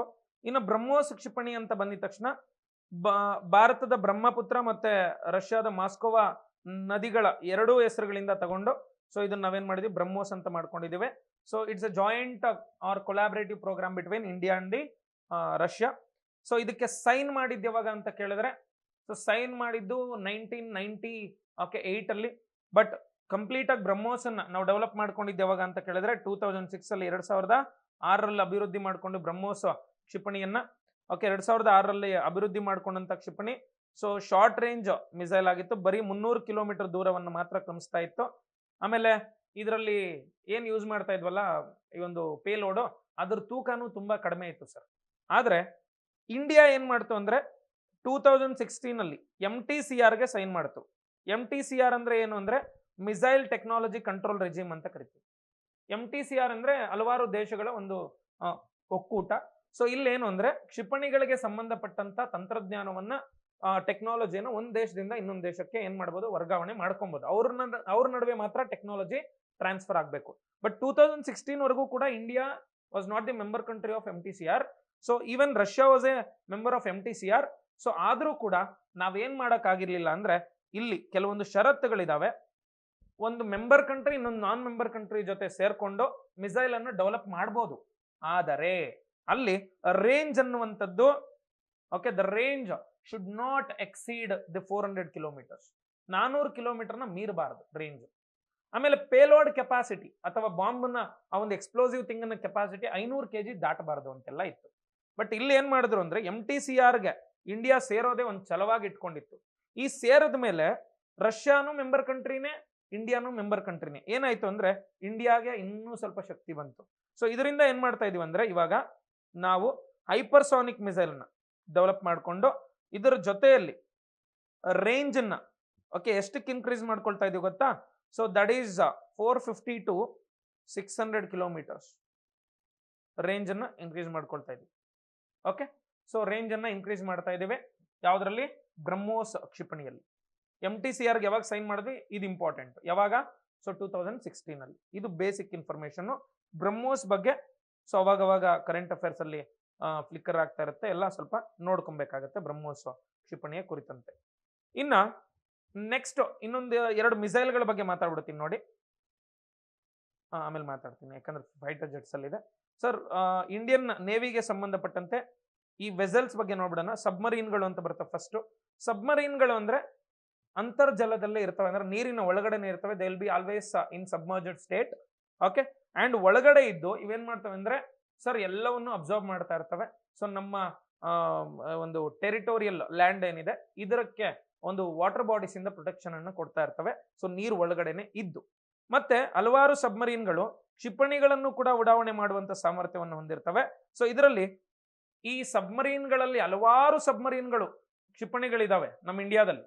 ಎಲ್ಲವನ್ನು ಕೂಡ ನಾನು ಮಾತಾಡಕ್ ಆಗಲ್ಲ, ಯಾಕಂದ್ರೆ ಇದು ನಮ್ಮ ಏನು ಕ್ರಾಶ್ ಕೋರ್ಸ್ ಆಗಿರೋದ್ರಿಂದ ಅಥವಾ ಬೂಸ್ಟರ್ ಕೋರ್ಸ್ ಆಗಿರೋದ್ರಿಂದ. ಸೊ ಸ್ವಲ್ಪ ಇಂಪಾರ್ಟೆಂಟ್ ಏನಿದೆ ಎಲ್ಲವನ್ನು ಕೂಡ ಮಾತಾಡ್ತೀನಿ. ಇತ್ತೀಚೆಗೆ ಒಂದು ಸಬ್ಮರೀನ್ ನ್ಯೂಸ್ ಅಲ್ಲಿ ಇದೆ. ಓಕೆ, ಜಸ್ಟ್ 1 ತಿಂಗಳ ಹಿಂದೆ ಒಂದು ಘಟನೆ ನಡೆದಿದೆ. ಸರ್ ಏನು ಅಂತ ಕೇಳಿದ್ರೆ INS ಅರಿಘಾಟ್ ಅನ್ನುವಂತ ಒಂದು ಸಬ್ಮರೀನ್.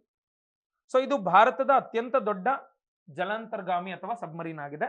ಸೊ ಇತ್ತೀಚೆಗೆ ಇದನ್ನು ಇಂಡಕ್ಟ್ ಮಾಡ್ಕೊಂಡ್ವಿ. ಇತ್ತೀಚೆಗೆ ಇದಕ್ಕೆ ಭಾರತೀಯ ನೌಕಾ ಸೇನೆಗೆ ಹಾಕೊಂಡ್ವಿ. ಯಾವ್ದನ್ನ? INS ಅರಿಘಾಟ್ ಅನ್ನ. ಸೊ ಇದೇನ್ ಮಾಡಿದೆ ಅಂತ ಕೇಳಿದ್ರೆ K4 ಅಂದ್ರೆ ಕಲಾಂ 4 ಅಂತ, ಕಲಾಂ 4 ಅನ್ನುವಂತ ಸೊ ಒಂದು ಕ್ಷಿಪಣಿಯನ್ನ ಇತ್ತೀಚೆಗೆ ಯಶಸ್ವಿಯಾಗಿ ಉಡಾವಣೆಯನ್ನ ಮಾಡಿದೆ sir. So it was successfully okay launched the K4 missile from the submarine R under water ಅಂದ್ರೆ ನೀರಿನ ಒಳಗಡೆಯಿಂದ K4 ಅನ್ನ ಸೊ ಲಾಂಚ್ ಮಾಡಿದ್ದೇವೆ. So that is A nuclear capable missile. ಅಂದ್ರೆ ನ್ಯೂಕ್ಲಿಯರ್ ಅಣ್ವಸ್ತ್ರಗಳನ್ನ ಹೊಂದಿರುವಂತ ಒಂದು ಅಥವಾ ಒಂದು ಪರಮಾಣುವಿನಿಂದ ಕೂಡಿರುವಂತ ಒಂದು ಬಾಂಬ್ ಆಗಿತ್ತು. ಸೊ ಇದನ್ನ ತಗೊಂಡು ಈ ಕ್ಷಿಪಣಿಯನ್ನು ಹೊರಗಡೆ ನೀರಿಂದ ಬಂದು ಟಾರ್ಗೆಟ್ ಅನ್ನ ಸೊ ಇಟ್ ಮಾಡಿದೆ. ಎಷ್ಟು ದೂರ ಕ್ರಮಿಸುವಂತ ಸಾಮರ್ಥ್ಯ ಇದೆ ಅಂತ ಕೇಳಿದ್ರೆ ಇದಕ್ಕೆ ಸೊ ಇತ್ತೀಚೆಗೆ ಟೆಸ್ಟ್ ಮಾಡಿರುವಂತ 3,500 ಕಿಲೋಮೀಟರ್ಸ್ ಅಂದ್ರೆ 3,500 ಕಿಲೋಮೀಟರ್ಸ್ ರೇಂಜ್ ಅನ್ನ ಅದು ಕ್ರಮಿಸಿದೆ. And India's first long range nuclear capable submarine launched ballistic missile. ಇದು India's first okay nuclear capable long range okay ballistic missile. ಯಾವುದು? ದಟ್ ಈಸ್ K4 ಅಂತ ಕರಿತೀವಿ ಅಥವಾ ಕಲಾಂ 4 ಅಂತ ಕರಿತೀವಿ. ಇದು ಕರೆಂಟ್ ಅಫೇರ್ಸ್ ಅಲ್ಲಿ ಇದೆ. ಟೆಸ್ಟ್ ಎಲ್ಲಿ ಮಾಡಿದ್ವಿ ಅಂದ್ರೆ ವಿಶಾಖಪಟ್ಟಣಂ ಅಲ್ಲಿ ಮಾಡಿದ್ವಿ, ವೈಜಾಗ್ ಅಥವಾ ವಿಶಾಖಪಟ್ಟಣಂ ಅಲ್ಲಿ. ಸೊ ಇದನ್ನ ಟೆಸ್ಟ್ ಅಥವಾ ಪರೀಕ್ಷೆಯನ್ನು ಮಾಡಿದೀವಿ. ಸೊ ಇಲ್ಲಿ ಸಬ್ಮರೀನ್ ಹೆಸರು ಇಂಪಾರ್ಟೆಂಟ್, INS ಅರಿಘಾಟ್ ಅನ್ನುವಂಥದ್ದು. ಓಕೆ, ಸೊ ಇದು ಬೇಸಿಕ್ ಇನ್ಫಾರ್ಮೇಶನ್ ಗೊತ್ತಿರಲಿ. ಇನ್ನ ಈ ಸಬ್ಮರೀನ್ಸ್ಗೆ ಸಂಬಂಧಪಟ್ಟಂತ ಕೆಲವೊಂದು ಓಕೆ ಸೊ ಕೆಲವೊಂದು ಪ್ರಾಜೆಕ್ಟ್ಗಳು ಇಂಡಿಯಾದಲ್ಲಿ ಅಂದ್ರೆ ಭಾರತದಲ್ಲಿ ಮೊದಲು ಸಬ್ಮರೀನ್ಸ್ ಇರಲಿಲ್ಲ, ಇವುಗಳನ್ನ ಡೆವಲಪ್ ಮಾಡ್ಕೋಬೇಕು ಅಂತ ಏನೇನು ಪ್ರಾಜೆಕ್ಟ್ಗಳನ್ನ ಮಾಡಿದ್ರು. ಸೊ ಇದನ್ನ ಒಂಚೂರು ಗಮನದಲ್ಲಿ ಇಟ್ಕೊಂಡು ಕ್ವಿಕ್ ಆಗಿ ಮಾತಾಡ್ಬಿಡ್ತೀನಿ. ಸೊ ಪ್ರಾಜೆಕ್ಟ್ 75 ನೋಡಿ, ಸಬ್ಮರೀನ್ಸ್ ಅಂತ ಬಂದಿದ ತಕ್ಷಣ 2 ಟೈಪ್ ಇದಾವೆ. ಸೊ ಒಂದು ಸ್ಕಾರ್ಪಿಯನ್ ಕ್ಲಾಸ್ ಅಂತ ಕರಿತೀವಿ ಅಥವಾ ಡೀಸೆಲ್ ಎಲೆಕ್ಟ್ರಿಕ್ ಸ್ಕಾರ್ಪಿಯನ್ ಕ್ಲಾಸ್ ಅಥವಾ ಡೀಸೆಲ್ ಎಲೆಕ್ಟ್ರಿಕ್ ಸಬ್ಮರೀನ್ಸ್ ಅಂತ ಕರಿತೀವಿ, ಜಲಾಂತರ್ಗಾಮಿಗಳು ಅಂತ ಕರಿತೀವಿ. ಇನ್ನೊಂದನ್ನ ನ್ಯೂಕ್ಲಿಯರ್ ಸಬ್ಮರೀನ್ಸ್ ಅಂತ ಕರಿತೀವಿ. ಈ ಡೀಸೆಲ್ ಮತ್ತು ವಿದ್ಯುತ್ನಿಂದ ಚಾಲಿತಗೊಳ್ಳುವಂತಹ ಜಲಾಂತರ್ಗಾಮಿಗಳು ಮತ್ತು ಈ ಅಣ್ವ ಶಕ್ತಿಯಿಂದ ನ್ಯೂಕ್ಲಿಯರ್ ಪವರ್ ಇಂದ ಸೊ ಇವು ಇರುವಂತಹ ಸಬ್ಮರೀನ್ಗಳು 2 ಟೈಪ್ ಬರ್ತವೆ. ಸೊ ಇಲ್ಲಿ ನೋಡೋದಾದ್ರೆ ಡೀಸೆಲ್ ಎಲೆಕ್ಟ್ರಿಕ್ ಎಷ್ಟಿದಾವೆ ಸರ್ ಇಂಡಿಯಾದಲ್ಲಿ ಟೋಟಲ್ ಅಂತ ಕೇಳಿದ್ರೆ ದೇ ಆರ್ 14 ಆಪರೇಷನಲ್ ಇದಾವೆ. ಅಂಡ್ ಇವು 4 ಇತ್ತೀಚೆಗೆ 2 ಆಡ್ ಮಾಡಿದಿವಿ. ಸೊ 2 ಇತ್ತು, 2 ಆಡ್ ಮಾಡಿದ್ವಿ, 4 ಆಯ್ತು. ಓಕೆ, ಸೊ ಇನ್ನ ಸೊ ಇವೆರಡು ಇತ್ತೀಚೆಗೆ ಆಡ್ ಮಾಡಿದಂಥವುಗಳನ್ನ ನಾನು ಇವಾಗ ಹೇಳ್ತೀನಿ. ಆದ್ರೆ ಮೊದಲು 14 ಎಲ್ಲವನ್ನು ಹೆಸರುಗಳನ್ನ ನೀವು ನೆನ್ಪಿಟ್ಕೋಬೇಕಾ? ಬೇಡ ಸರ್. ಬಟ್ ಯಾವ್ದು ಸಬ್ಮರೀನು, ಯಾವುದು ಕಾರ್ವೆಟ್, ಯಾವುದು ಡೆಸ್ಟ್ರಾಯರ್ ಗೊತ್ತಿರ್ಬೇಕು ಹೆಸರುಗಳು, ಅವುಗಳಿಗೋಸ್ಕರ ಆದ್ರೂ ನೋಡ್ಕೋಬೇಕಷ್ಟೇ. ಬಟ್ ಇಲ್ಲಿ ಇಂಪಾರ್ಟೆಂಟ್ಲಿ ನೋಡೋಣ, ಈ ಎಕ್ಸಾಮ್ ಅಲ್ಲಿ ಕೇಳ್ತಾರೆ ಅಂತ ಹೇಳಕ್ಕಾಗಲ್ಲ, ಬಟ್ ಕೆಲವೊಂದು ಕರೆಂಟ್ ಅಫೇರ್ಸ್ ಅಲ್ಲಿ ಇರುವಂತವುಗಳನ್ನ ಮಾತ್ರ ಕೇಳ್ಬೋದು. ಅವೆಲ್ಲವನ್ನು ಕೂಡ ನಾನು ಇಲ್ಲಿ ಹೇಳ್ಕೊಂಡು ಹೋಗ್ತೀನಿ. ಸರ್ 14 ಡೀಸೆಲ್ ಎಲೆಕ್ಟ್ರಿಕ್ ನೋಡಿ, ಇವು ಡೀಸೆಲ್ ಎಲೆಕ್ಟ್ರಿಕ್ ಆಗಿರೋದ್ರಿಂದ ಕಂಬಷನ್ಗೆ ಏನ್ ಬೇಕು ಅಂದ್ರೆ ಆಕ್ಸಿಜನ್ ಬೇಕು, ಗಾಳಿ ಬೇಕು. ಅದಕ್ಕೆ ಬೇಗ ನೀರ್ ಮೇಲೆ ಬರ್ತಾ ಇರ್ತವೆ, ಬೇಗ ಮೇಲೆ ಬಂದು ಮತ್ತೆ ಒಳಗಡೆ ಹೋಗೋದು, ಮೇಲೆ ಬಂದು ಒಳಗಡೆ ಹೋಗೋದು, ಹಿಂಗ್ ಮಾಡ್ತಾ ಇದ್ರೆ ಶತ್ರುಗಳಿಗೆ ಈಸಿಯಾಗಿ ಗೊತ್ತಾಗ್ಬಿಡುತ್ತೆ ಸರ್ ಇಲ್ಲಿ ಯಾವುದೋ ಸಬ್ಮರೀನ್ ಇದೆ ಅಂತ. ಆದ್ರೆ ನ್ಯೂಕ್ಲಿಯರ್ ಸಬ್ಮರೀನ್ಸ್ ಹೆಂಗೆ ಅಂತ ಕೇಳಿದ್ರೆ ಲಾಂಗರ್ ಡ್ಯೂರೇಷನ್ಸ್ ವರೆಗೂ ಮಂತ್ಸ್ ಟುಗೆದರ್ ತಿಂಗಳಾನುಗಟ್ಲೆ ನೀರು ಒಳಗಡೆನೆ ಇರ್ತಾವೆ, ಹೊರಗಡೆ ಬರೋದೇ ಇಲ್ಲ ಸರ್. ಹಂಗಾಗಿ ಸೇಫ್ ಯಾವ ಅಂತ ಕೇಳಿದ್ರೆ ನ್ಯೂಕ್ಲಿಯರ್ ಸಬ್ಮರೀನ್ಸ್. ಪವರ್ಫುಲ್ ಯಾವುದು ಅಂತ ಕೇಳಿದ್ರೆ ನ್ಯೂಕ್ಲಿಯರ್ ಸಬ್ಮರೀನ್ಸ್. ಓಕೆನಾ? ಇನ್ನ ಇಲ್ಲಿ ನೋಡೋಣ ಸರ್, ಇಂಡಿಯಾ ನಮ್ಮ ಆಗಸ್ಟ್ ಅಲ್ಲಿ INS ಅರಿಘಾಟ್ ಅನ್ನುವಂತ ಒಂದು ನ್ಯೂಕ್ಲಿಯರ್ ಸಬ್ಮರೀನ್ ಇಲ್ಲೇ ಇದೆ ನೋಡಿ ಇಮೇಜ್ ಪಕ್ಕದಲ್ಲಿ. INS ಅರಿಘಾಟ್ ಅನ್ನುವಂತ ಒಂದು ಸಬ್ಮರೀನ್ ಜಲಾಂತರ್ಗಾಮಿಯನ್ನ ಸೇವೆಗೆ ಸೇರಿಸ್ಕೊಳ್ತು. ಇದರಿಂದಾನೇ ನಾವು K4 ಅನ್ನ ಉಡಾವಣೆ ಮಾಡಿದ್ವಿ. ಇದು ಭಾರತದ ಅತ್ಯಂತ ದೊಡ್ಡ ನಮ್ಮ ಸಬ್ಮರೀನ್ ಅಥವಾ ಜಲಾಂತರ್ಗಾಮಿ ಆಗಿದೆ. ಸೊ ಇನ್ನ ನಾಲ್ಕನೇದು, ಇದು ಮೂರನೇದು ಆಕ್ಚುಲಿ, ನಾಲ್ಕನೇದ್ರ ಹೆಸರೇ S4 ಅಂತ. S4 ಅನ್ನುವಂಥದ್ದು. ಸೊ ಇದನ್ನ ಅಕ್ಟೋಬರ್ ತಿಂಗಳಲ್ಲಿ ನಾವು ಸೇವೆಗೆ ಸೇರಿಸ್ಕೊಂಡಿದ್ವಿ. ಇದು 75% ಇಂಡಿಜಿನಸ್ ತಂತ್ರಜ್ಞಾನವನ್ನು ಒಳಗೊಂಡಿದೆ. ಸೊ ಇದು ಬೇಸಿಕ್ ಇನ್ಫಾರ್ಮೇಶನ್. ಇಲ್ಲಿ third one INS Arighat, fourth one ಇದು. ಫಸ್ಟ್ ಒನ್ ಯಾವುದು ಅಂದ್ರೆ INS ವಿಕ್ರಾಂತ್ ಅಂತ ಬರುತ್ತೆ. Sorry, INS Arihant first one. ಆಮೇಲೆ ಸೆಕೆಂಡ್ ಒನ್ ಇದೆ, third one, fourth one. INS Arihant ಅನ್ನುವಂಥದ್ದನ್ನ ನೆನ್ಪಿಟ್ಕೊಳ್ಳಿ. Arihant is the first ever so nuclear submarine of India. ಇನ್ನು ನೆಕ್ಸ್ಟ್ ನೋಡೋಣ, ಇದಕ್ಕೆ ಸಂಬಂಧಪಟ್ಟಂತೆ ಕೆಲವೊಂದು ಇಂಪಾರ್ಟೆಂಟ್ ಪ್ರಾಜೆಕ್ಟ್ಗಳನ್ನ ಕೇಳ್ತಾ ಇರ್ತಾರೆ ಪದೇ. ಸೊ ಅಲ್ಲಿ ಇಲ್ಲಿ ನೋಡ್ತಾ ಇರ್ತಾರ, ಅರ್ಥ ಆಗಲ್ಲ. ಸೊ ಪ್ರಾಜೆಕ್ಟ್ 75 ಅಂತ ಒಂದಾಗತ್ತೆ. ಸೊ ಈ ಪ್ರಾಜೆಕ್ಟ್ 75 ಯಾವ್ದಕ್ಕೆ ಸಂಬಂಧಪಟ್ಟಿದೆ ಅಂದ್ರೆ ನೋಡಿ, ಸೊ ಡೀಸೆಲ್ ಎಲೆಕ್ಟ್ರಿಕ್ ಆಯ್ತಾ, ಡೀಸೆಲ್ ಎಲೆಕ್ಟ್ರಿಕ್ ಸಬ್ಮರೀನ್ಸ್ ಅನ್ನು ಡೆವಲಪ್ ಮಾಡ್ಕೊಳ್ಳುವಂತ ಒಂದು ಕಾರ್ಯಕ್ರಮ ಆಗಿತ್ತು. ಸೊ ಇದರ ಅಡಿಯಲ್ಲಿ 6 ಸಬ್ಮರೀನ್ ಗಳನ್ನ ಅಭಿವೃದ್ಧಿ ಮಾಡ್ಕೊಳ್ಳುವಂತ ಗುರಿಯನ್ನು ಹೊಂದಿದ್ರು. ಆಯ್ತಾ, ಇವೆಲ್ಲ ಸ್ಕಾರ್ಪಿನ್ ಕ್ಲಾಸ್ ಅಂತ ಕೂಡ ಕರಿತೀವಿಗಳನ್ನ. ಸೊ ಇದರಲ್ಲಿ AIP ಟೆಕ್ನಾಲಜಿಯನ್ನ ಇಂಡಕ್ಟ್ ಮಾಡ್ಕೋಬೇಕು ಅಂತ ಹೇಳಿ ಈ ಒಂದು ಕಾರ್ಯಕ್ರಮವನ್ನು ಮಾಡ್ಕೊಂಡಿದ್ರು. AIP ಅಂದ್ರೆ ಏರ್ ಇಂಡಿಪೆಂಡೆಂಟ್ ಟೆಕ್ನಾಲಜಿ, ಅಂದ್ರೆ ಗಾಳಿಗೆ ಬರ್ದೇನೆ ಒಳಗಡೆನೆ ಜಾಸ್ತಿ ಹೊತ್ತಿದ್ದು ಬೇರೆ ಏನಾದ್ರು ವ್ಯವಸ್ಥೆಯನ್ನ ಬಳಸ್ಕೊಳ್ಳುವಂತ ವ್ಯವಸ್ಥೆ. ಸೊ ಇಲ್ಲಿ AIP ತಂತ್ರಜ್ಞಾನ ಅಂತೇಳಿ ಕರಿತೀವಿ. ಸೊ ಇದು project 75 is related to submarine development. So ಯಾವ ಟೈಪ್ ಸಬ್ಮರೀನ್ ಅಂದ್ರೆ ಸ್ಕಾರ್ಪಿನ್ ಕ್ಲಾಸ್ ಅಥವಾ ಡೀಸೆಲ್ ಮತ್ತೆ ಎಲೆಕ್ಟ್ರಿಕ್ ಸಬ್ಮರೀನ್ಸ್. ಯಾವ್ಯಾವ್ದು ಅಂದ್ರೆ INS Kalvari 6, INS Khanderi, INS Karanj, INS Vela, INS Vagir and INS Vagsheer ಅಂತ ಕರಿತೀವಿ. ಈ 6 ಸಬ್ಮರೀನ್ ಗಳನ್ನು ಅಭಿವೃದ್ಧಿ ಮಾಡಿಕೊಳ್ಳುವಂತ ಒಂದು ಗುರಿಯನ್ನು ಹೊಂದಲಾಗಿತ್ತು. ನೆಕ್ಸ್ಟ್ ಪ್ರಾಜೆಕ್ಟ್ 75 ಆಲ್ಫಾ ಅಥವಾ ಪ್ರಾಜೆಕ್ಟ್ 77 ಅಂತ ಕೂಡ ಕರಿತೀವಿ. ಇದನ್ನು ಎರಡು ಒಂದೇ, project 75 alpha or project 77. Both are same.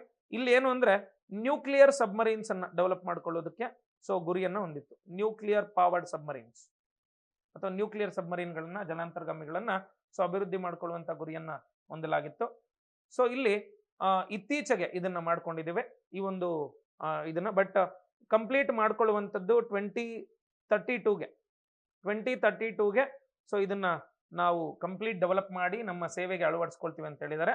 ಈ ಒಂದು ಕಾರ್ಯಕ್ರಮಕ್ಕೆ ಪ್ರಾಜೆಕ್ಟ್ 75 ಆಲ್ಫಾ ಅಥವಾ 77ಗೆ ಇತ್ತೀಚೆಗೆ ಅಂದ್ರೆ ಅಕ್ಟೋಬರ್ 2024 ಅಲ್ಲಿ ಅಪ್ರೂವಲ್ ಸಿಕ್ತು, ಕ್ಯಾಬಿನೆಟ್ ಅಪ್ರೂವಲ್. ಇದರ ಖರ್ಚು ಎಷ್ಟು ಅಂತ ಕೇಳಿದ್ರೆ 40,000 ಕೋಟಿ, 40,000 crores. ಇದು ಬೇಸಿಕ್ ಇನ್ಫಾರ್ಮೇಶನ್. ಇನ್ನ ಇತ್ತೀಚೆಗೆ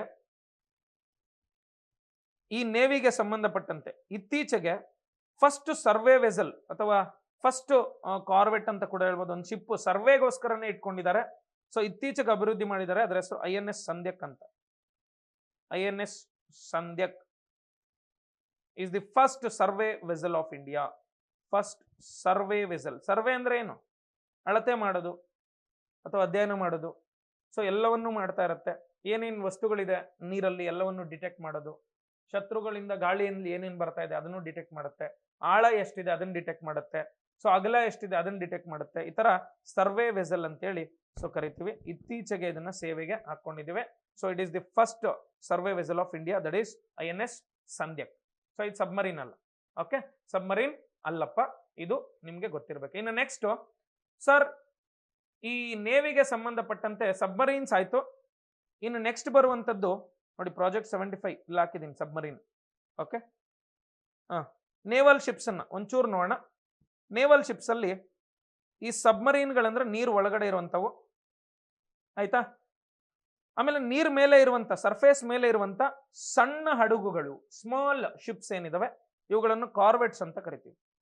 ಇವುಗಳಿಗಿಂತ ಇನ್ ಸ್ವಲ್ಪ ದೊಡ್ಡ ಹಡಗುಗಳನ್ನ ಫ್ರಿಗೇಟ್ಸ್ ಅಂತ ಕರಿತೀವಿ. ಫ್ರಿಗೇಟ್ಗಳು ಅಂತ ಕರಿತೀವಿ ನೋಡಿ, ಫ್ರಿಗೇಟ್ಗಳು ಅಂತ ಕರಿತೀವಿ. ಈ ಫ್ರಿಗೇಟ್ಗಳಿಗಿಂತ ಇನ್ನೂ ದೊಡ್ಡ ಹಡಗುಗಳನ್ನ ಇಲ್ಲಿ ಕಾಣಿಸ್ತಾ ಇರ್ಬೋದು ನಿಮ್ಗೆ, ಡೆಸ್ಟ್ರಾಯರ್ಸ್ ಅಂತ ಕರಿತೀವಿ. ಡೆಸ್ಟ್ರಾಯರ್ಸ್ಗಿಂತ ತುಂಬಾ ದೊಡ್ಡವು ಯಾವ ಅಂತ ಕೇಳಿದ್ರೆ ಏರ್ಕ್ರಾಫ್ಟ್ ಕ್ಯಾರಿಯರ್ಸ್. ಇವು ವಿಮಾನಗಳನ್ನು ಹೊತ್ತು ಸಾಗುವಂತ ಸೊ ಹಡಗುಗಳು, ಯುದ್ಧ ಹಡಗುಗಳು ಅಥವಾ ಯುದ್ಧ ನೌಕೆಗಳು ಅಂತ ಕರಿತೀವಿ. ಸೊ ಇವೆಲ್ಲವೂ ಯುದ್ಧ ನೌಕೆಗಳೇ. ಆದರೆ ಸೊ ಇಲ್ಲಿ ದೊಡ್ಡದು ಯಾವುದು ಅಂತ ಕೇಳಿದ್ರೆ ನೋಡಿ ಏರ್ಕ್ರಾಫ್ಟ್ ಕ್ಯಾರಿಯರ್, ಇದ್ರ ಮೇಲೆ ರನ್ವೇ ಇರುತ್ತೆ, ವಿಮಾನಗಳು ಲ್ಯಾಂಡ್ ಆಗ್ಬೋದು. ಸರ್ ಏರ್ಕ್ರಾಫ್ಟ್ ಕ್ಯಾರಿಯರ್ಸ್ ಅನ್ನ ನೀವು ನೋಡಿದ್ರೆ large ships capable of carrying aircrafts. ಇನ್ನ ಇದರಲ್ಲಿ ಭಾರತದ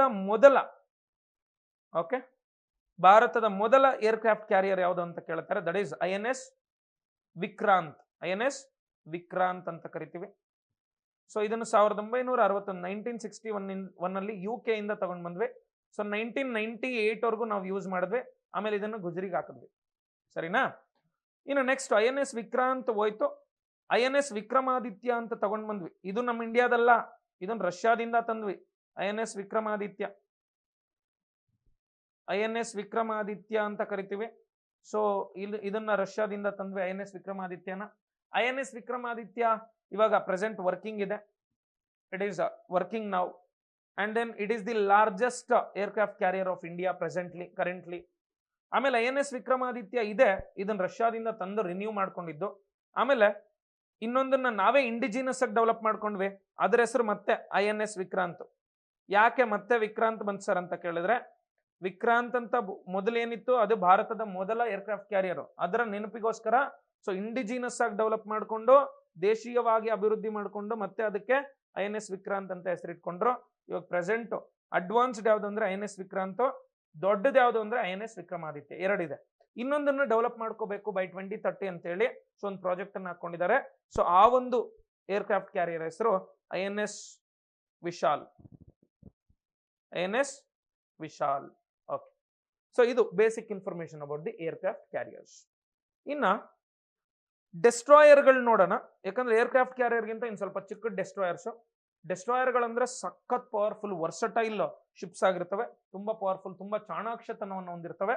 ಅಂಡ್ ದೆನ್ ಇದರಲ್ಲಿ anti air, okay ship missiles ಇರ್ತವೆ, ವೆಪನ್ಸ್ ಇರ್ತವೆ, ಆಂಟಿ ಸಬ್ಮರೀನ್ ಕೇಪಬಿಲಿಟೀಸ್ ಗೆ ಬೇಕಾದಂತ ಎಲ್ಲಾ ರೀತಿಯ ಟಾರ್ಪೆಡೋಗಳು ಎಲ್ಲ ಇರ್ತಾವಪ್ಪ, ಎಲ್ಲಾ ರೀತಿ ವೆಪನೈಸ್ಡ್ ಶಿಪ್ ಇದು. ಸೊ ತುಂಬಾ ಟ್ಯಾಕ್ಟಿಕಲ್ ಪವರ್ ನ ಹೊಂದಿರುತ್ತೆ ಯಾವುದು ಡೆಸ್ಟ್ರಾಯರ್. ಓಕೆ, ಸೊ ಇಲ್ಲಿ ಕೆಲವೊಂದು ಇದಾವೆ, INS Kolkata, INS Visakhapatnam, INS Imphal ಅಂತೆಲ್ಲ. ಸೊ ಇವೆಲ್ಲ ಇತ್ತೀಚೆಗೆ ಅಭಿವೃದ್ಧಿ ಮಾಡ್ಕೊಂಡಿರುವಂತ ಒಂದು ಡೆಸ್ಟ್ರಾಯರ್ಗಳು. ಇನ್ನ ಈ ಡೆಸ್ಟ್ರಾಯರ್ಗಳಿಗೆ ಸಂಬಂಧಪಟ್ಟಂತೆ ಕೆಲವೊಂದು ಪ್ರಾಜೆಕ್ಟ್ಗಳಿದಾವಪ್ಪ. ಈ ಪ್ರಾಜೆಕ್ಟ್ಗಳು ನೋಡೋದಾದ್ರೆ ನೋಡಿ, ಪ್ರಾಜೆಕ್ಟ್ 15 ಯಾವುದಕ್ಕೆ ಸಂಬಂಧಪಟ್ಟಿದೆ ಅಂತ ಕೇಳ್ತಾರೆ. ಸೊ ಇಲ್ಲಿ 3 ಡೆಲ್ಲಿ ಕ್ಲಾಸ್ ಡೆಸ್ಟ್ರಾಯರ್ಗಳನ್ನು ಅಭಿವೃದ್ಧಿ ಪಡಿಸಿಕೊಳ್ಳುವಂತ ಯೋಜನೆ ಇದು. ಯಾವುದು? ಪ್ರಾಜೆಕ್ಟ್ 15. ಇದನ್ನ ಯಾವಾಗ ಲಾಂಚ್ ಮಾಡಿದ್ರೆ 1997 ಅಲ್ಲಿ ಪ್ರಾಜೆಕ್ಟ್ 15 ಅಂತ ಕರಿತೀವಿ. Next project 15A 3 Kolkata class destroyers ಅನ್ನ ಡೆವಲಪ್ ಮಾಡ್ಕೊಳ್ಳೋದು. 3 ಕಲ್ಕತ್ತಾ ಕ್ಲಾಸ್ ಡೆಸ್ಟ್ರಾಯರ್ಸ್ ಅನ್ನ ಸೊ ಡೆವಲಪ್ ಮಾಡ್ಕೊಳ್ಳುವಂತ ಒಂದು ಯೋಜನೆ. ಸೊ 2014 ಜಾರಿಗೆ ತಂದ್ರು, 2016 ಒಳಗಾಗಿ ಡೆವಲಪ್ ಮಾಡ್ಕೊಂಡ್ರು. ನೆಕ್ಸ್ಟ್ ಪ್ರಾಜೆಕ್ಟ್ 15B ಅಂತ ಕರಿತೀವಿ. ಸೊ ಇಲ್ಲಿ Visakhapatnam class 4 Visakhapatnam class okay destroyers ಅನ್ನ ಡೆವಲಪ್ ಮಾಡ್ಕೊಳ್ಳೋದು 4. ಸೊ ಇದರಲ್ಲಿ ಇತ್ತೀಚೆಗೆ ಡೆವಲಪ್ ಮಾಡ್ಕೊಂಡಿದ್ದಂಥದ್ದೇ INS Imphal and INS Visakhapatnam. INS Imphal ಮತ್ತೆ INS ವಿಶಾಖಪಟ್ಟಣಂ ಇವೆರಡನ್ನು ಇತ್ತೀಚೆಗೆ ಡೆವಲಪ್ ಮಾಡ್ಕೊಂಡ್ರು. INS ಇಂಪಾಲ್ ಏನಿದೆ ಇದರಲ್ಲಿ ಬ್ರಹ್ಮೋಸ್ ಕ್ಷಿಪಣಿ ವ್ಯವಸ್ಥೆಯನ್ನ ಇಂಡಕ್ಟ್ ಮಾಡಿದ್ದಾರೆ. ಬ್ರಹ್ಮೋಸ್ ಮಿಸೈಲ್ ಸಿಸ್ಟಮ್ ಯಾವ್ದ್ರಲ್ಲಿದೆ ಅಂತ ಕೇಳಿದ್ರೆ that is in the INS Imphal. ಇದಿಷ್ಟು basic information about the destroyers. Next ನೋಡೋಣ, ಡೆಸ್ಟ್ರಾಯರ್ಸ್ ಆದ್ಮೇಲೆ ನಮ್ಗೆ ಬರುವಂತದ್ದು ಕಾರ್ವೆಟ್ಸ್ ಅಂತ ಕರೀತೀವಿ, ಸಾರಿ ಫ್ರಿಗೇಟ್ಸ್. ಯಾಕಂದ್ರೆ ಡೆಸ್ಟ್ರಾಯರ್ಸ್ ಗಿಂತ ಇನ್ ಸ್ವಲ್ಪ ಚಿಕ್ಕದು ಯಾವ್ದು ಅಂದ್ರೆ ಫ್ರಿಗೇಟ್ಸ್. ಇವು ಕೂಡ ತುಂಬಾ ಪವರ್ಫುಲ್ ಇರ್ತವೆ, ತುಂಬಾ ಚಾಣಾಕ್ಷತನವನ್ನು ಹೊಂದಿರ್ತವೆ, ಫ್ರಿಗೇಟ್ಸ್ ಅಂತ ಕರಿತೀವಿ. ಈ ಫ್ರಿಗೇಟ್ಗಳಿಗೆ ಸಂಬಂಧಪಟ್ಟಂತೆ ಯೋಜನೆಗಳು ಕೆಲವೊಂದು ಪ್ರಾಜೆಕ್ಟ್ಗಳಿದಾವೆ. ಇಲ್ಲಿ ನೋಡ್ಬೋದು, they are smaller than destroyers with multi role capabilities. ಇಲ್ಲೇ ಇದೆ ನೋಡಿ, multi role capabilities, ANS Shivalik, INS Nilgiri is the example ಅಂತೆಲ್ಲ ಆಯ್ತು. ಬಟ್ ಇಲ್ಲಿ ಈ ಪ್ರಾಜೆಕ್ಟ್ಗಳನ್ನ ನೀವು ಅರ್ಥ ಮಾಡ್ಕೋಬೇಕು, ಇವೇ ಎಕ್ಸಾಮ್ ಅಲ್ಲಿ ಇಂಪಾರ್ಟೆಂಟ್ ಆಗಿರ್ತವೆ. ಅದಕ್ಕೆ ದ ಪ್ರಾಜೆಕ್ಟ್ 17 ಅಂತ ಕರಿತೀವಿ ಸರ್. ಇಲ್ಲಿ it is aim to develop Shivalik class frigates, Shivalik class frigates. Okay, so 1990ರಲ್ಲಿ ಜಾರಿಗೆ ತಂದ್ರು ಈ ಯೋಜನೆಯನ್ನು. ಈ ಕ್ಲಾಸ್ ಅಂದ್ರೆ ಏನ್ ಸರ್ ಅಂದ್ರೆ ಆ ಗುಂಪು ಅಂತ. ಆ ಗುಂಪು ನೋಡಿ, ಅವುಗಳ ವಿಶೇಷ ಗುಣಲಕ್ಷಣಗಳೇ ಬೇರೆ, ಅವುಗಳ ಕ್ಯಾರೆಕ್ಟರಿಸ್ಟಿಕ್ ಫೀಚರ್ಸ್ ಬೇರೆ ಇರ್ತವೆ. ಅದಕ್ಕೆ ಆ ಕ್ಲಾಸ್ ಅಂತ ಹೇಳಿ ನಾವು ಕರಿತೀವಿ. ಒಂದು ಕ್ಲಾಸ್ಗಿಂತ ಇನ್ನೊಂದು ಕ್ಲಾಸ್ ಡಿಫ್ರೆಂಟ್ ಆಗಿರ್ತವೆ, ಸರಿನಾ? ಕ್ಲಾಸ್ ಅಂತ ಕರಿತೀವಿ. ಇಲ್ಲಿ ನೋಡಿ, ಸೊ 17 ಆದ್ಮೇಲೆ 17A ಅಂತ ಕರಿತೀವಿ. So 17A R alpha frigates ಅಂತ ಕೂಡ ಕರಿತೀವಿ. Alpha frigates, P17 alpha frigates ಅಂತ ಕರಿತೀವಿ ಈ ಪ್ರಾಜೆಕ್ಟ್ ಅನ್ನ. ಸೊ ಇಲ್ಲಿ ಏನು ಅಂದ್ರೆ 7 ಸ್ಟೆಲ್ತ್ ಗೈಡೆಡ್. ಸ್ಟೆಲ್ತ್ ಅಂದ್ರೆ ಏನು ಸರ್? ಅವಿದ್ರೂ ಗೊತ್ತಾಗಲ್ಲ. ರೇಡಿಯೇಷನ್ಸ್ ಅನ್ನ ಇವು ಓಕೆ ರೆಕಾಗ್ನೈಸ್ ಮಾಡೋದಕ್ಕೆ ಬಿಡೋದಿಲ್ಲ ಸರ್. ಯಾವುದೇ ರೇಡಿಯೇಷನ್ಸ್ ಅನ್ನ ರೆಕಾಗ್ನೈಸ್ ಮಾಡೋದಕ್ಕೆ ಬಿಡಲ್ಲ. So stealth guided missile frigates, ಇದರಲ್ಲಿ ಕ್ಷಿಪಣಿಗಳಿದಾವೆ 7 stealth guided. Okay, so missile ಫ್ರಿಗೇಟ್ಗಳನ್ನು ಅಭಿವೃದ್ಧಿ ಮಾಡಿಕೊಳ್ಳುವಂತ ಒಂದು ಕಾರ್ಯಕ್ರಮ. ಸೊ ಇದರಲ್ಲಿ ಬ್ರಹ್ಮೋಸ್ ಕ್ಷಿಪಣಿಗಳಿದೆ, ಆಮೇಲೆ MZMR SAM ಅಂತ ಇದೆ, ಆಮೇಲೆ ಟಾರ್ಪೆಡೋಗಳು ಇರ್ತವೆ, ಎಲ್ಲ ಇರ್ತವೆ. ಅಂಡ್ ಇನ್ನೊಂದು ಇಲ್ಲಿ ಏನೇನು ಡೆವಲಪ್ ಮಾಡ್ಕೊಂಡ್ವಿ ಅಂತ ನೋಡೋದಾದ್ರೆ, ಫಸ್ಟ್ ಡೆವಲಪ್ ಮಾಡ್ಕೊಂಡಿದ್ದು ನಾವು. ಸೊ ಫಸ್ಟ್ ಡೆವಲಪ್ ಮಾಡ್ಕೊಂಡಿದ್ದು ಪ್ರಾಜೆಕ್ಟ್ 17 ಏನು ಅಡಿಯಲ್ಲಿ. ಓಕೆ, ಫಸ್ಟ್ 7 ಅಂತ ಹೇಳಿದ್ನಲ್ಲ, ಫಸ್ಟ್ ಡೆವಲಪ್ ಮಾಡ್ಕೊಂಡಿದ್ದು INS ಹಿಮಗಿರಿ ಅಂತ. ಹಿಮಗಿರಿ ಆಯ್ತಾ, 2024 ಅಲ್ಲಿ, ಸಾರಿ 2013 ಅಲ್ಲಿ ಇದನ್ನ ಡೆವಲಪ್ ಮಾಡ್ಕೊಂಡ್ರು. ಸಾರಿ 2021 ಅಲ್ಲಿ ಡೆವಲಪ್ ಮಾಡ್ಕೊಂಡ್ವಿ. ಆಮೇಲೆ ಸೆಕೆಂಡ್ ಯಾವುದು ಅಂತ ಕೇಳಿದ್ರೆ INS ವಿಂಧ್ಯಗಿರಿ, ವಿಂಧ್ಯಗಿರಿ ಅಂತ ಕರಿತೀವಿ. ವಿಂಧ್ಯಗಿರಿ 2023 ಅಲ್ಲಿ ಸೊ ಇದನ್ನ ನಾವು ಲಾಂಚ್ ಮಾಡಿದ್ವಿ. ಆಮೇಲೆ ಸಿಕ್ಸ್ತ್ ಇದು 7th ಅಂದ್ರೆ ಲೇಟೆಸ್ಟ್ ಒನ್ ಯಾವುದು ಅಂತ ಕೇಳಿದ್ರೆ that is INS Mahendragiri. Latest ಯಾವುದು ಅಂದ್ರೆ INS ಮಹೇಂದ್ರಗಿರಿ. INS ಮಹೇಂದ್ರಗಿರಿಯನ್ನ 2023 ಅಂದ್ರೆ ಇದನ್ನ ಆಗಸ್ಟ್ ಅಲ್ಲಿ ಸೇವೆಗೆ ಸೇರಿಸ್ಕೊಳ್ತೀವಿ, ಇದನ್ನ ಸೆಪ್ಟೆಂಬರ್ ಅಲ್ಲಿ ಸೇವೆಗೆ ಸೇರಿಸ್ಕೊಳ್ತೀವಿ. 7 ಆಗಿದೆ ಒಟ್ಟು. INS Himagiri, INS Vindhyagiri 6th one, INS Mahendragiri 7th one. ಈ INS ವಿಂಧ್ಯಗಿರಿ, INS ಮಹೇಂದ್ರಗಿರಿ ಎರಡನ್ನೂ ಕೂಡ ಈ ರಾಷ್ಟ್ರಪತಿಗಳು ಮತ್ತೆ ಉಪರಾಷ್ಟ್ರಪತಿಗಳ ವೈಫ್ ಏನ್ ಮಾಡಿದಾರೆ, ಲಾಂಚ್ ಮಾಡಿದಾರಪ್ಪ. ಓಕೆ, ಸೊ ಇಲ್ಲಿ INS ವಿಂಧ್ಯಗಿರಿ, INS ಮಹೇಂದ್ರಗಿರಿ ಅಂತೇಳಿ ಎರಡು ಸೊ ಇತ್ತೀಚೆಗೆ ನಾವು ಡೆವಲಪ್ ಮಾಡ್ಕೊಂಡಿರುವಂತ ಸೊ ಒಂದು ಏನು ಫ್ರಿಗೇಟ್ಗಳು ಆಗಿರ್ತವೆ. Very very important. ಈ ಪ್ರಾಜೆಕ್ಟ್ಸ್ ನಿಮ್ಗೆ ಗೊತ್ತಿರಬೇಕು. ಇನ್ನ ಪ್ರಾಜೆಕ್ಟ್ 17B ಅಂತ ಬರ್ತಾ ಇದೆ. ಸೊ ಇದು ನೆಕ್ಸ್ಟ್ ಜನರೇಷನ್ ಫ್ರಿಗೇಟ್ಸ್ ಅನ್ನು ಡೆವಲಪ್ ಮಾಡ್ಕೊಳ್ಳುವಂಥದ್ದು.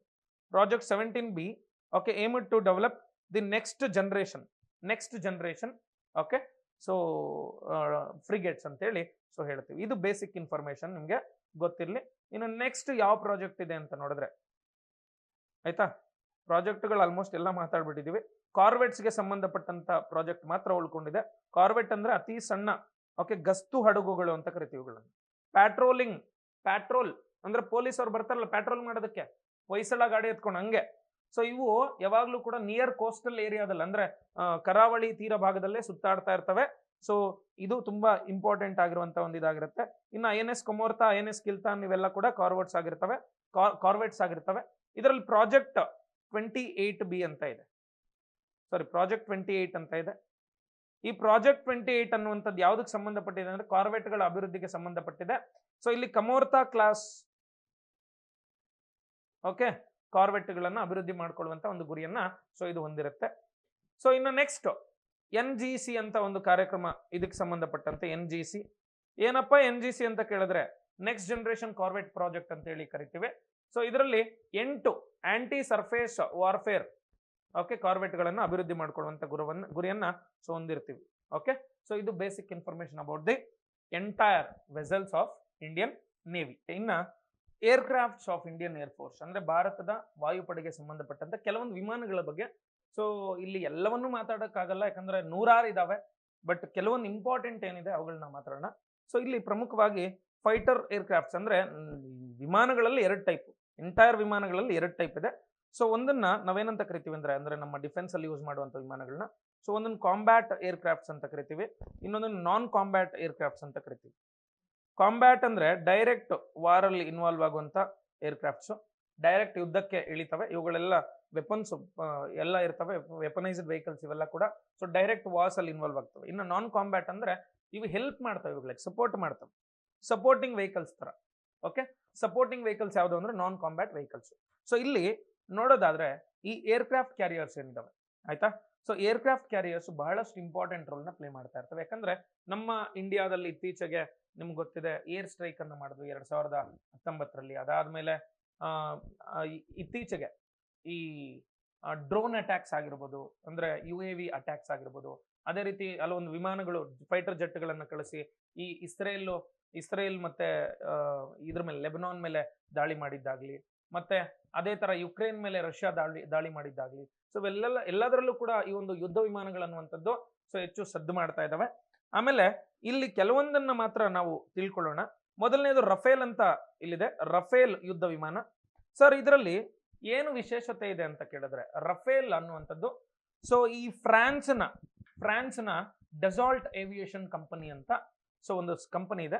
ಆ ಕಂಪನಿ ತಯಾರಿಸಿ ಅಭಿವೃದ್ಧಿ ಮಾಡಿ ಸೊ ಇದನ್ನ ಮಾರಾಟ ಮಾಡುವಂತ ಪ್ರಕ್ರಿಯೆಯನ್ನು ಮಾಡ್ತಾ ಇದೆ. ಸೊ ಅಲ್ಲಿಂದ ನಾವು ಪರ್ಚೇಸ್ ಮಾಡ್ಕೊಂಡಿದೀವಿ Rafale. India and Rafale deal ಗೊತ್ತಿದೆ ನಿಮ್ಗೆ. ಸೊ ಸುಮಾರು 52 ಕೋಟಿ ರೂಪಾಯಿ ಡೀಲ್ ಇದು. ಸೊ ಇಲ್ಲಿ ರಫೇಲ್ ಯುದ್ಧ ವಿಮಾನಗಳನ್ನು ನಾವು ಫ್ರಾನ್ಸ್ ಇಂದ ಕೊಂಡ್ಕೊಂಡಿದೀವಿ. ಎಲ್ಲಿ ಅಂದ್ರೆ ಡೆಸಾಲ್ಟ್ ಏವಿಯೇಷನ್ ಕಂಪನಿಯ ವತಿಯಿಂದ. ಇಲ್ಲಿ ಈ ರಫೇಲ್ ಅನ್ನುವಂಥದ್ದು ಒಂದು ಪವರ್ಫುಲ್ ಯುದ್ಧ ವಿಮಾನ, ಫೈಟರ್ ಜೆಟ್ ಆಗಿದ್ದು. ಸೊ ಇದರಲ್ಲಿ ಹಲವಾರು ಕ್ಷಿಪಣಿ ವ್ಯವಸ್ಥೆಗಳು ಕೂಡ ಕಂಡು ಬರ್ತಾ ಇದಾವೆ. 2 ಇಂಜಿನ್ಗಳು ಇರ್ತವೆ. Okay, twin engine multi role fighter jet. Multi role ಅಂದ್ರೆ ಗೊತ್ತಿರಲಿ, ಬಹು ಕಾರ್ಯಗಳನ್ನು ರೂಪಿಸುವ ಸಾಮರ್ಥ್ಯವನ್ನು ಹೊಂದಿರುವಂತ ಸೊ ಒಂದು ಫೈಟರ್ ಜೆಟ್ ಆಗಿರುತ್ತೆ. ಸೊ ಇಲ್ಲಿ ಈ ಕ್ಷಿಪಣಿ ವ್ಯವಸ್ಥೆಗಳನ್ನು, ಮಿಸೈಲ್ ಸಿಸ್ಟಮ್ಸ್ ಅನ್ನು ನೋಡೋಣ. ಮೊದಲನೇದು ಮಿಟಿಯಾರ್. ಓಕೆ, ಮಿಸೈಲ್ ಸಿಸ್ಟಮ್ ಅಂತ ಕರಿತೀವಿ ಇದರಲ್ಲಿರುವಂಥದ್ದು, Meteor missile system. Okay, and then ಎರಡನೇದು SCALP missile system, SCALP missile system. And then ಮೂರನೇದು ಓಕೆ ಮೈಕಾ ಮಿಸೈಲ್ ಸಿಸ್ಟಮ್ ಅಂತ ಕರಿತೀವಿ. ಸೊ ಈ ತರ 3 ಕ್ಷಿಪಣಿ ವ್ಯವಸ್ಥೆಗಳನ್ನ ಸೊ ಈ ಒಂದು ರಫೇಲ್ ಯುದ್ಧ ವಿಮಾನ ಅನ್ನುವಂಥದ್ದು ಹೊಂದಿದೆ. ಸೊ ಮೊದಲನೇದು ಮಿಟಿಯಾರ್, ಸ್ಕಾಲ್ಪ್, ಆಮೇಲೆ ಮೈಕಾ, ಮೂರು ಮಿಸೈಲ್ ಸಿಸ್ಟಮ್ಸ್ ಅನ್ನ ಸೊ ನಮ್ಮ ಯಾವುದು ಈ ರಫೇಲ್ ಅನ್ನುವಂಥದ್ದು ಹೊಂದಿದೆ. ಇನ್ನು ಮಿರೇಜ್ 2000 ನೋಡ್ರಪ್ಪ, ತುಂಬಾ ಇಂಪಾರ್ಟೆಂಟ್ ಇದು ಸಿಂಗಲ್ ಸೀಟರ್ ಒಂದು ಫೈಟರ್ ಜೆಟ್. ಈ ಮಿರೇಜ್ ಅನ್ನು ಕೂಡ Dassault Aviation company, same company develop ಮಾಡಿರುತ್ತೆ. ಸೊ ಇದು ನಮ್ಮ ಕಾರ್ಗಿಲ್ ಯುದ್ಧ ನಡೀತು 1998 99 ಅಲ್ಲಿ ಎಂಡ್ ಆಯ್ತಲ್ಲ. ಸೊ ಆ ಕಾರ್ಗಿಲ್ ಯುದ್ಧದಲ್ಲಿ ಅತಿ ಹೆಚ್ಚು ಬಳಕೆಯಾದಂತ ಭಾರತದ ಯುದ್ಧ ವಿಮಾನ ಯಾವುದು ಅಂದ್ರೆ ದಟ್ ಈಸ್ ಮಿರೇಜ್ 2000. ನಾವು ಆ ಒಂದು ವಾರನ್ನ ಗೆಲ್ಲಬೇಕಾದ್ರೆ ಸೊ ನಮ್ಗೆ ಕಾಂಟ್ರಿಬ್ಯೂಟ್ ಮಾಡಿದಂತ ಯುದ್ಧ ವಿಮಾನ ಮಿರೇಜ್ 2000. ಸೊ ಇದರಲ್ಲಿ ಮಿರೇಜ್ 2000 ಏನಿದೆ, ಓಕೆ, ಸೊ ಸಖತ್ ಇಂಪಾರ್ಟೆಂಟ್ ಆದಂತ ಒಂದು ರೋಲ್ ನ ಪ್ಲೇ ಮಾಡ್ತಾ ಇರುತ್ತೆ. ಇದು ಇನ್ನೂ ಕೂಡ ನಾವು ಇವಾಗ ಅಪ್ಗ್ರೇಡೆಡ್ ವರ್ಷನ್ಸ್ ಅನ್ನು ಡೆವಲಪ್ ಮಾಡ್ಕೊಬೇಕು ಅಂತ ಸೊ ಲೈಸೆನ್ಸ್ ಅನ್ನ ಟ್ರಾನ್ಸ್ಫರ್ ಮಾಡಿಸ್ಕೊಂಡು ಡೆವಲಪ್ ಮಾಡಬೇಕು ಅನ್ನುವಂಥ ಉದ್ದೇಶಗಳನ್ನ ಸೊ ಹೊಂದಿದ್ದೇವೆ. ಇನ್ನ MiG-21 ಗೊತ್ತಿದೆ ನಿಮಗೆ, MiG-21 ರಷ್ಯಾದು. ಸರ್ ಇದನ್ನ ಫ್ಲೈಯಿಂಗ್ ಕಾಫಿನ್ ಅಂತ ಕೂಡ ಕರಿತೀವಿ, ಫ್ಲೈಯಿಂಗ್ ಕಾಫಿನ್, ಹಾರುವ ಶವಪೆಟ್ಟಿಗೆ ಅಂತ ಕರಿತೀವಿ. ಈಗಾಗಲೇ 460ಕ್ಕೂ ಹೆಚ್ಚು ಇನ್ಸಿಡೆಂಟ್ಗಳಲ್ಲಿ ಇದು ಭಾಗವಹಿಸಿದ್ದು, ಸುಮಾರು 400 ಫೇಲ್ಯೂರ್ ಆಯ್ತಾ. ಇದನ್ನ ನಂಬ್ಕೊಂಡೋದ್ರೆ ಸಾವೆ. ಸೊ ಹಂಗೆ ಪ್ರೂವ್ ಮಾಡ್ಕೊಂಡ್ಬಿಟ್ಟಿದೆ. ಅದಕ್ಕೆ ಇದನ್ನ ಫ್ಲೈಯಿಂಗ್ ಕಾಫಿನ್ ಅಂತ ಕೂಡ ಕರಿತೀವಿ, ಫ್ಲೈಯಿಂಗ್ ಕಾಫಿನ್. ಆಮೇಲೆ ಇವಾಗ MiG-29 ಇದೆ. MiG ಸೀರೀಸ್ ಅನ್ನು ನಂಬೋಕ್ ಆಗ್ತಾ ಇಲ್ಲ, ಯಾಕಂದ್ರೆ MiG-29 ಜೊತೆ ಹೋರಾಟ ಮಾಡೋದಕ್ಕೆ ರಷ್ಯಾದಿದು.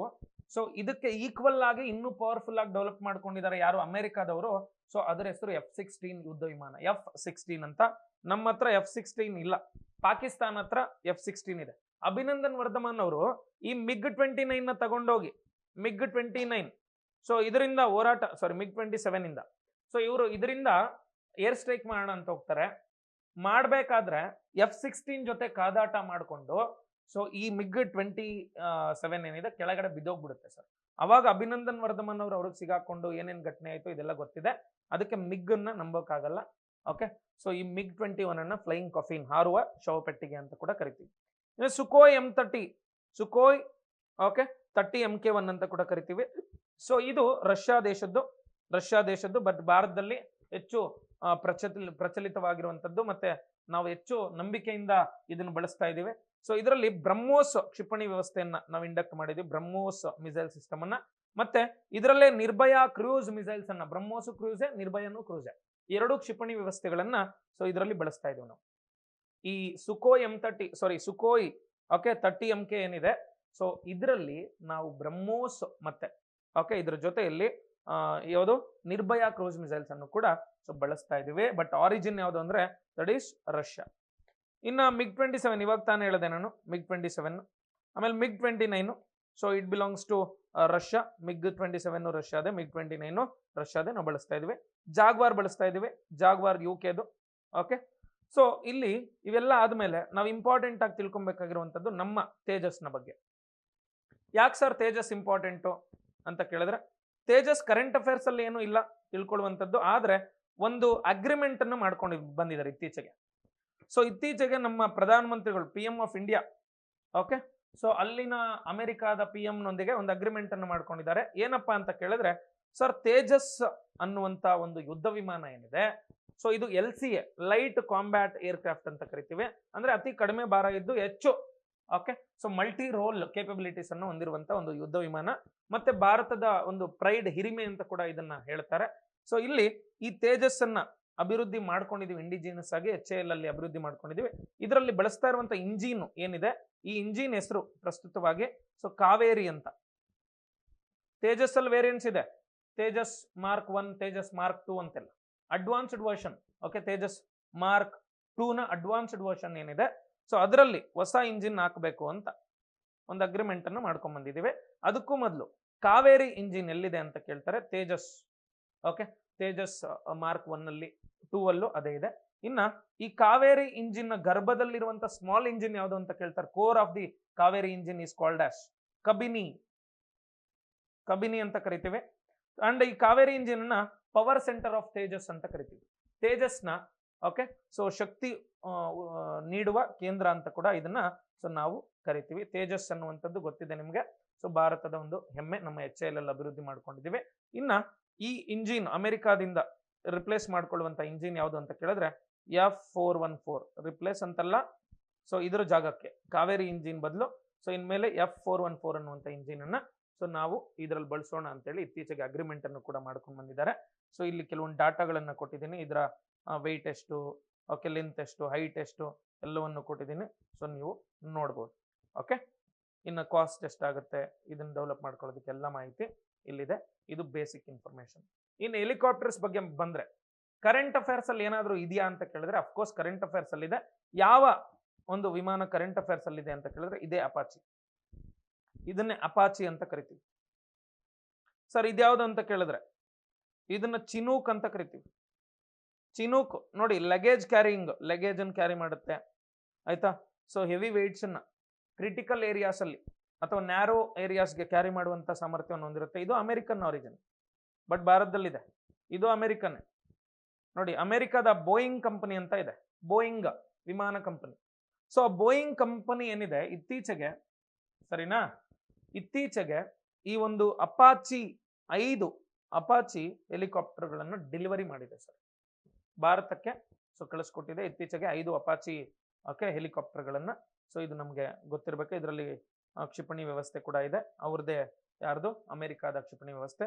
ಇನ್ನು ನಮ್ಮ ಭಾರತದ HAL ಧ್ರುವ ಇದು ಇಂಪಾರ್ಟೆಂಟು. ಇನ್ನ ಇಲ್ಲಿ ನೋಡೋದಾದ್ರೆ ನೀವು HAL ಚೇತಕ್ಕು ಸೊ ಈ ತರ ಎಲ್ಲ ಇದಾವೆ. ಸೊ ಇಲ್ಲಿ ಇಂಪಾರ್ಟೆಂಟ್ ಏನು ಅಂತ ಕೇಳಿದ್ರೆ